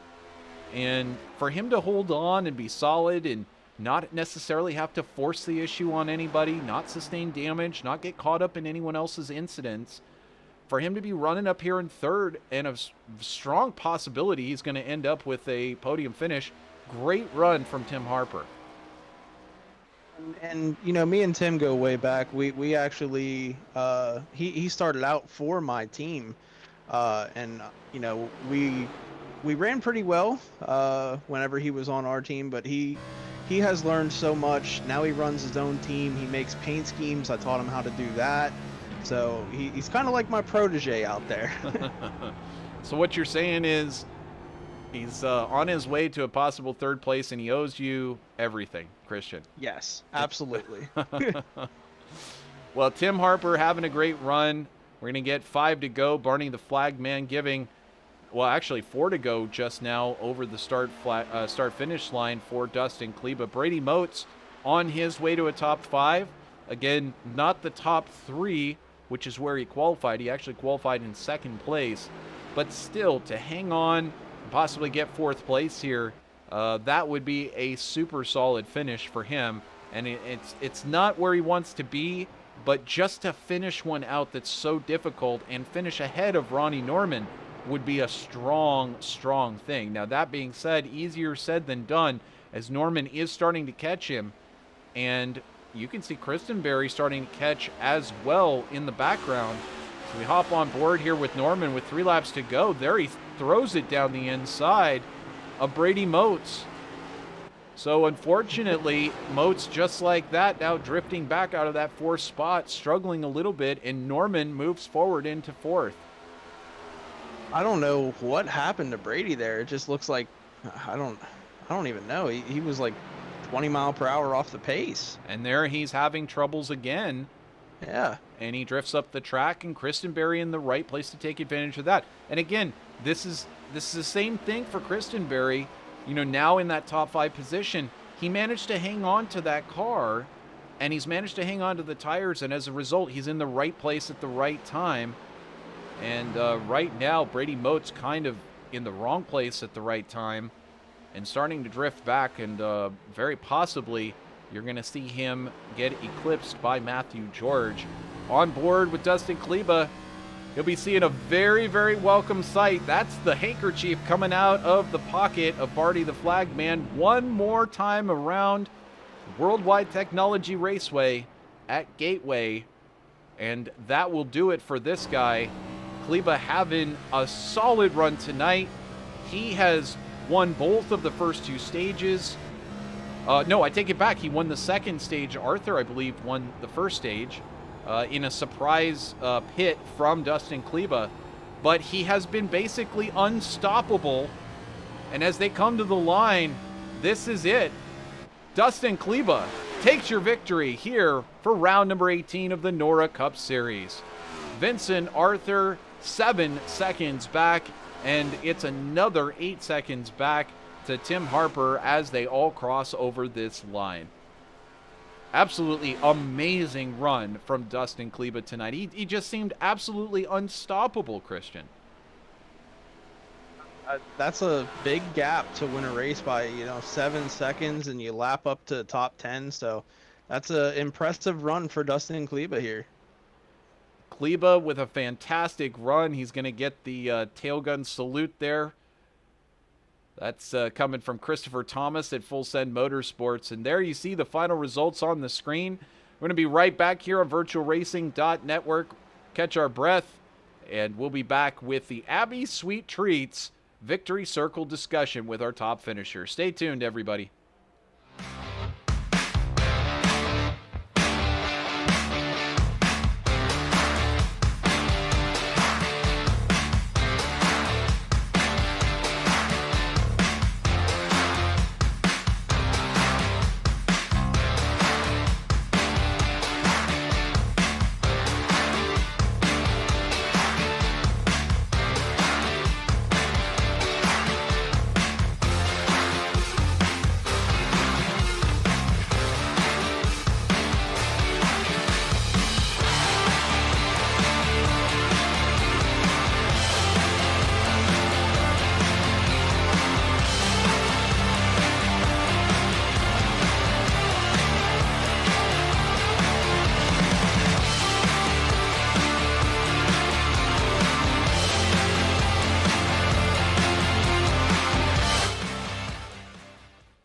And welcome back here on VirtualRacing.Network. There you can see it.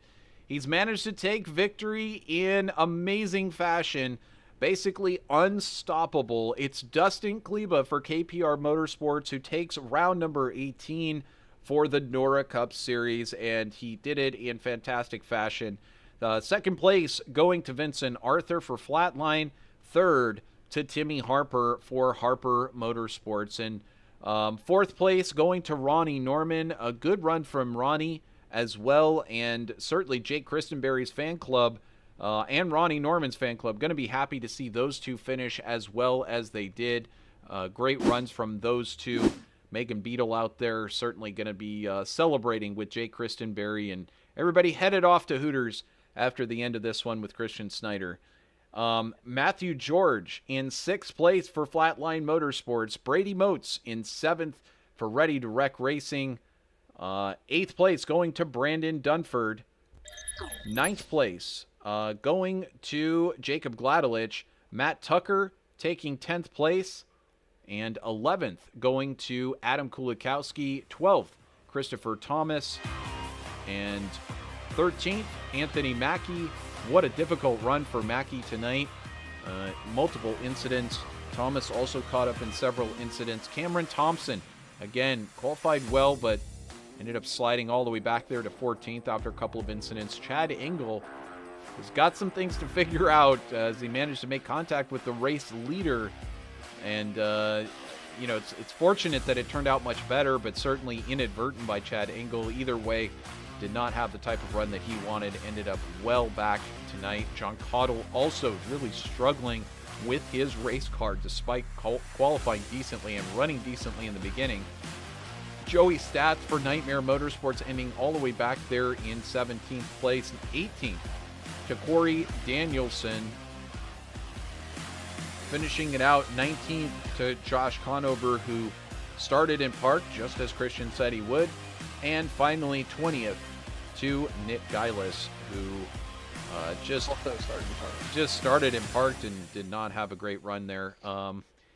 Either way, we look forward to getting a lot of these drivers who did do the old start and parked back in it for our next round. But hey, I think Christian's had a chance to catch up with our third place finisher, Timmy Harper from Harper Motorsports. Hey, Timmy, it's Christian up in the booth. You got me? Yeah, I got you. Hey, congrats on third, man. You know, we were talking earlier. I said you used to run for my team, and you're out here, you know, running your own team now, and you're doing great. Tell us how your race went and how you got up into third place and get that podium. It was a battle, that's for sure. Early on, the caution came out on like lap 2, I think, and one of the guys got loose under caution and hit me, and I got like 4 minutes of damage, so I had to get repaired. So kind of stayed at the back the first 2 stages and kind of had to work my way up. So. Well, I mean, if Vincent and Dustin Kleba weren't here, I mean, you had, I think, 8 seconds over 4th place Ronnie Norman. So, I mean, you did a fantastic job there in the last stage. Everyone was saying in practice that the car was really loose and it was a 4-wheel drift. Were you experiencing that out here? Yeah, I mean, in practice, I literally thought I was just, like I told my teammates, I said, I'm going to run at the back because it's just terrible to drive and it's just not worth it, not worth getting in a wreck. And but when it come race time, it felt a whole lot better.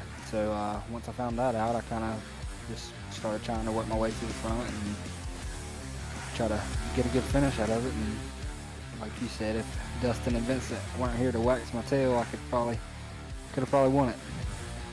Yeah, well, next week we're going. Let me see where we're going next week. I believe Sonoma. We're going road course racing. How you feel about that? Terrible. Terrible. I mean, I like it sometimes when it's fun.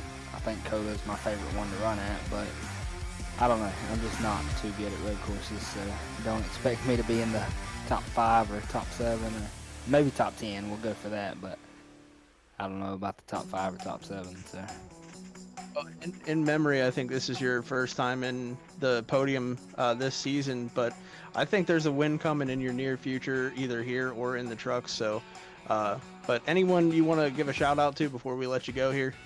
Man, I got to win at Phoenix. What are you talking about? Oh, you did win at Phoenix. That's right. Yes. So I got the car in the playoffs for the Owners Championship. So that's good. No, I just want to thank my mom for watching sometimes, and thank Pay to Win Setups for putting out great setups in the open category. It's literally $20 a month for all the setups you can ask for. It's the cheapest on the market. But other than that, we'll just thank Josh for putting on a good league, and thank y'all for doing a great broadcast, and I can't wait to watch it.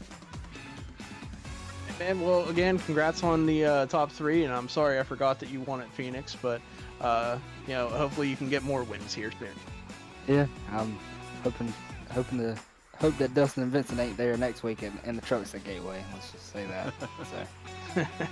All right, good luck next week, man. Appreciate it. All right, Trevor, were you able to catch up with second place there, Vincent Arthur? And in fact, I was able to catch up with Vincent Arthur, who took second place, and it just seemed kind of like a second place sort of night here tonight, with the exception of that first stage. Vincent joining us now here in the Abbey Sweet Treats Home Bakery Victory Circle discussion. And Vincent, it was slippery, it was slidey out there, but if it weren't for Dustin Kleba, you would have had a win. You had everyone else in the bag but Kleba. Was there anything that you could do to try to get, you know, that extra little bit that Kleba had? Did you ever figure out, was he beating you off of turn 4, beating you off of turn 2? What was the difference there tonight? And do you think that you're happy with that second place finish? I mean, he was definitely faster off of 2. I feel like that's where he was always beating us. I just didn't know how to get through that corner. I felt like it was Darlington all over again. He was faster in 1 and 2, and it was a little quicker down in 3 and 4. But just, you know, you got to get the whole racetrack, and these straightaways are so long that, you know, one corner you can make up 2 or 3 tenths just down the next straight. So, yeah, second place is probably all we were going to get tonight. So I'm happy with what we were able to get. I'm just kind of ready to get out of St. Louis. Like I said earlier, not a huge fan of this track. It's kind of one of those races on my schedule where it's just, you know, grind it out, get through it. You know, it's good to know that the dynamic track is starting to work again. That was super promising, having the rubber laid down and being able to move around a little bit. Definitely wanted that high groove to come in a little bit, like it did at Wilkesboro, but unfortunately it just didn't happen. But second place is about where, you know, that's about all I could have gotten tonight, and you know, nothing too frustrated with it. Well, and with the restarts being where they were at, not really able to necessarily make that challenge, difficult to try to get side-by-side racing in through turn 1, and as you mentioned, that high groove never really coming in here. What about the heat, though, on these cars? This is probably the hottest race that we have seen the NORA Series run at this season. What did you feel out with the tires? Did it feel like it wanted to go away on you early, towards the end? Did it finally stabilize? What were you battling with the heat and the slipperiness on these next gen cars? It's actually pretty consistent. I think once we got about 3 laps on our tires and everything came up to temperature. I mean, those first 3 was like driving glass. You know, it's just slipping, sliding. Restarts, it almost made it kind of undrivable. You couldn't really race anybody. But once everything came up to temperature, I felt like everything was pretty all right. I like these races where it's nice, hot, and slick. I feel like those are the races where the driver talent really shines, and those are the ones where I seem to do the best at. So I would have liked a little more front-end grip in the 3/4 mark of 1 and 2 to be able to, you know, get it straight off the corner. But I was just losing time, getting loose off of there, and you know, it's just a product of you know, the seams being down there, the progressive banking, the hot track. But you know, I'd rather have it hot than cold. Yeah, so I mean, we did the best we could out there, and I like the hot tracks better than I like the cool tracks. Well, and as you said, whenever you hear that you got to run at this track, it's sort of instant eye roll and groan. But you grind it out, you get through it. Next week, going to be at Sonoma. I know road course racing kind of your thing. You're looking forward to revisiting a new road course here once again in the NORA Cup Series. Yeah, I've been waiting for a road course. I feel like these stretches of ovals, you know, like last week I had the win in the bag and then, you know, I threw it away. So it's just been a lot of frustration. So it'll be nice to go to a track where I know, you know, I'm most likely the car to beat, and one where I should have a very, very good points day. So I've been waiting for a road course for quite some time now, and I'm finally glad I'm going to get a couple in a row here. Well, either way, you head out of here with a second place finish. It's got to feel good to struggle through a race that you don't even really want to be at, but you still walk away with a second. If it weren't for the guy who ended up in first, you would have won by a large margin. Anybody you want to thank before we close this one out? Yeah, I got to thank Josh Conover for letting me drive this car. I got to thank Red Bull for hopping back on board. Pepsi, Exalta, Chevrolet, everybody who helps this deal go around. Thank you guys for the broadcast. Thanks, Dad, for watching. I saw you in the comments there. Just thank you guys, and thanks, Josh. And we'll go on to Sonoma and try to have a good run. Absolutely. Well, congratulations, Vincent. We'll see you next week, my friend. Thank you, guys. So great run from Vincent Arthur, as he mentioned. His pops, Chris Arthur, popping into the YouTube chat. So we've got several drivers with their entourage supporting their drivers here in the NORA series. Always great to see. Megan Beadle also saying, we'll take a top 5 finish. Good race, bub. Awesome stuff. Chad Engel also chiming in while we're looking there. I overdrove the corner. He was letting me go by. It just pushed up the track. So definitely to be understood. And with that, I think Christian has caught up with our race winner, Dustin Kleba. Congrats on the win. This is Christian and Trevor, of course. Man, you were lights out tonight. Tell us how that went, man. Finally, a mostly uneventful race. It was nice. I was telling Timmy, I actually hate this track. I absolutely hate it. I hate that you have to shift so much to go in a circle. It doesn't really fit my style. You have to be super aggressive on corner entry. But it just kind of came to me the beginning of the race. It was super loose. I think the track state there wasn't a lot of rubber down on the track, but once the rubber started coming in, I just kind of got into a rhythm and was able to push a little bit harder and a little bit harder, and there's no tire fall off. I mean, I pushed probably 80-90% most of the run at the end there, and only lost 15% or so on my right front. So I don't know. I wish I could tell you. I wish I could say the magic words, but I don't know. I just I felt it there at the end, I guess. And that's kind of surprising to hear you say that there wasn't much tire fall off, because I think there was like 2 seconds toward the end of the run that you were off on speed. So that's kind of surprising to hear. But man, I think lapping up to 10th, that's the first this season, man. That's a heck of a run. But you mentioned the looseness and saying that it was uneventful. I don't think so, man. You got hit by Chad there under green. Yeah, Tell us about that.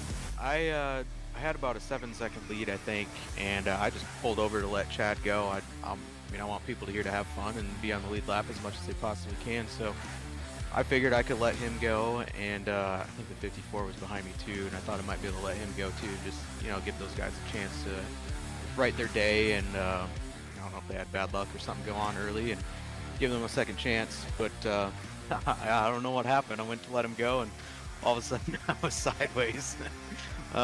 Luckily, I mean, these things are tanks, and I didn't have any damage, so it was no harm, no foul. But yeah, we'll be thinking twice next time we do that.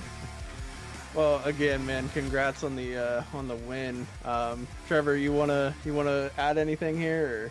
Well, this is another amazing win for you, Dustin. You really seem to have this one in the bag, and of course, no guarantees next time out in Sonoma, whole different thing, and I'm sure you're looking forward to that. But also, I've heard that the after party is at Hooters, and you're buying. Oh, really?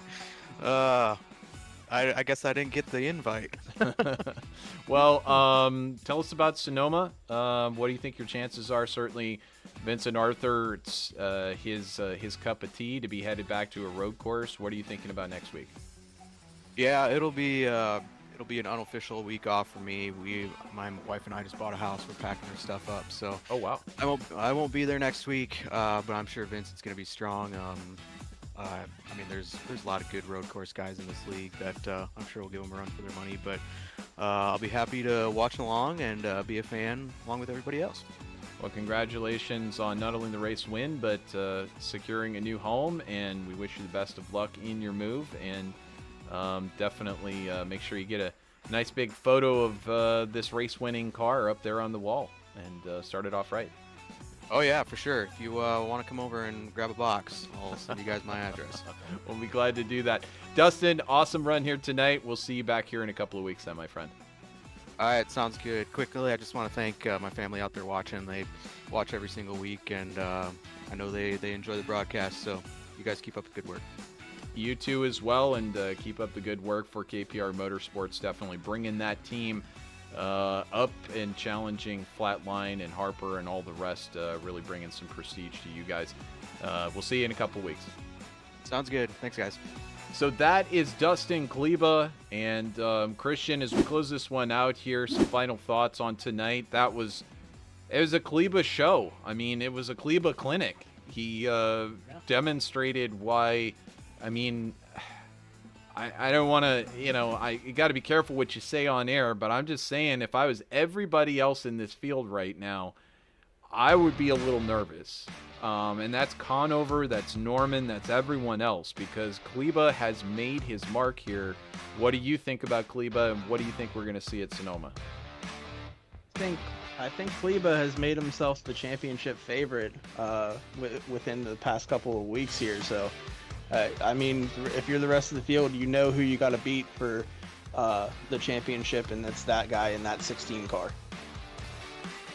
That number 16 car, the Ford from KPR Motorsports, has been getting it done. Congratulations to Dustin Kleba, who takes victory here in round number 18, presented by Abby's Sweet Treats. And of course, as I can try to do this because we like to do this a couple of times. Hey, Abby's Sweet Treats, home bakery. There you see it on your screen.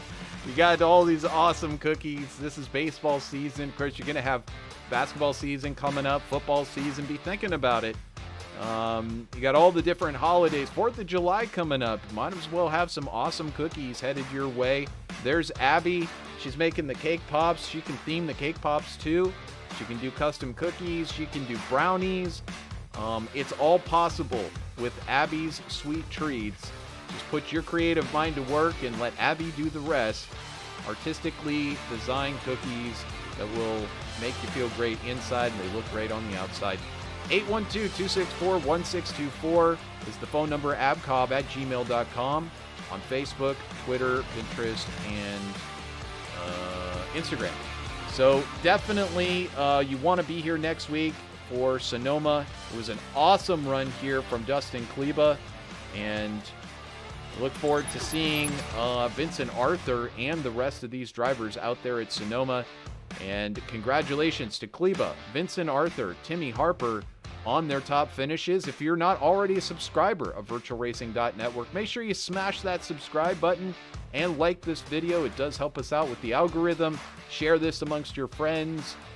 Put up billboards. And if you need a wrap, send it over to Christian Snyder. In the meantime, it was great doing another broadcast with you, my friend Christian. We'll catch up next race, and we want to thank everybody out there in YouTube land for joining us on behalf of NORA and all the competitors and the administration. Have a wonderful rest of your week. We'll see you next time on VirtualRacing.Network. So long, everybody.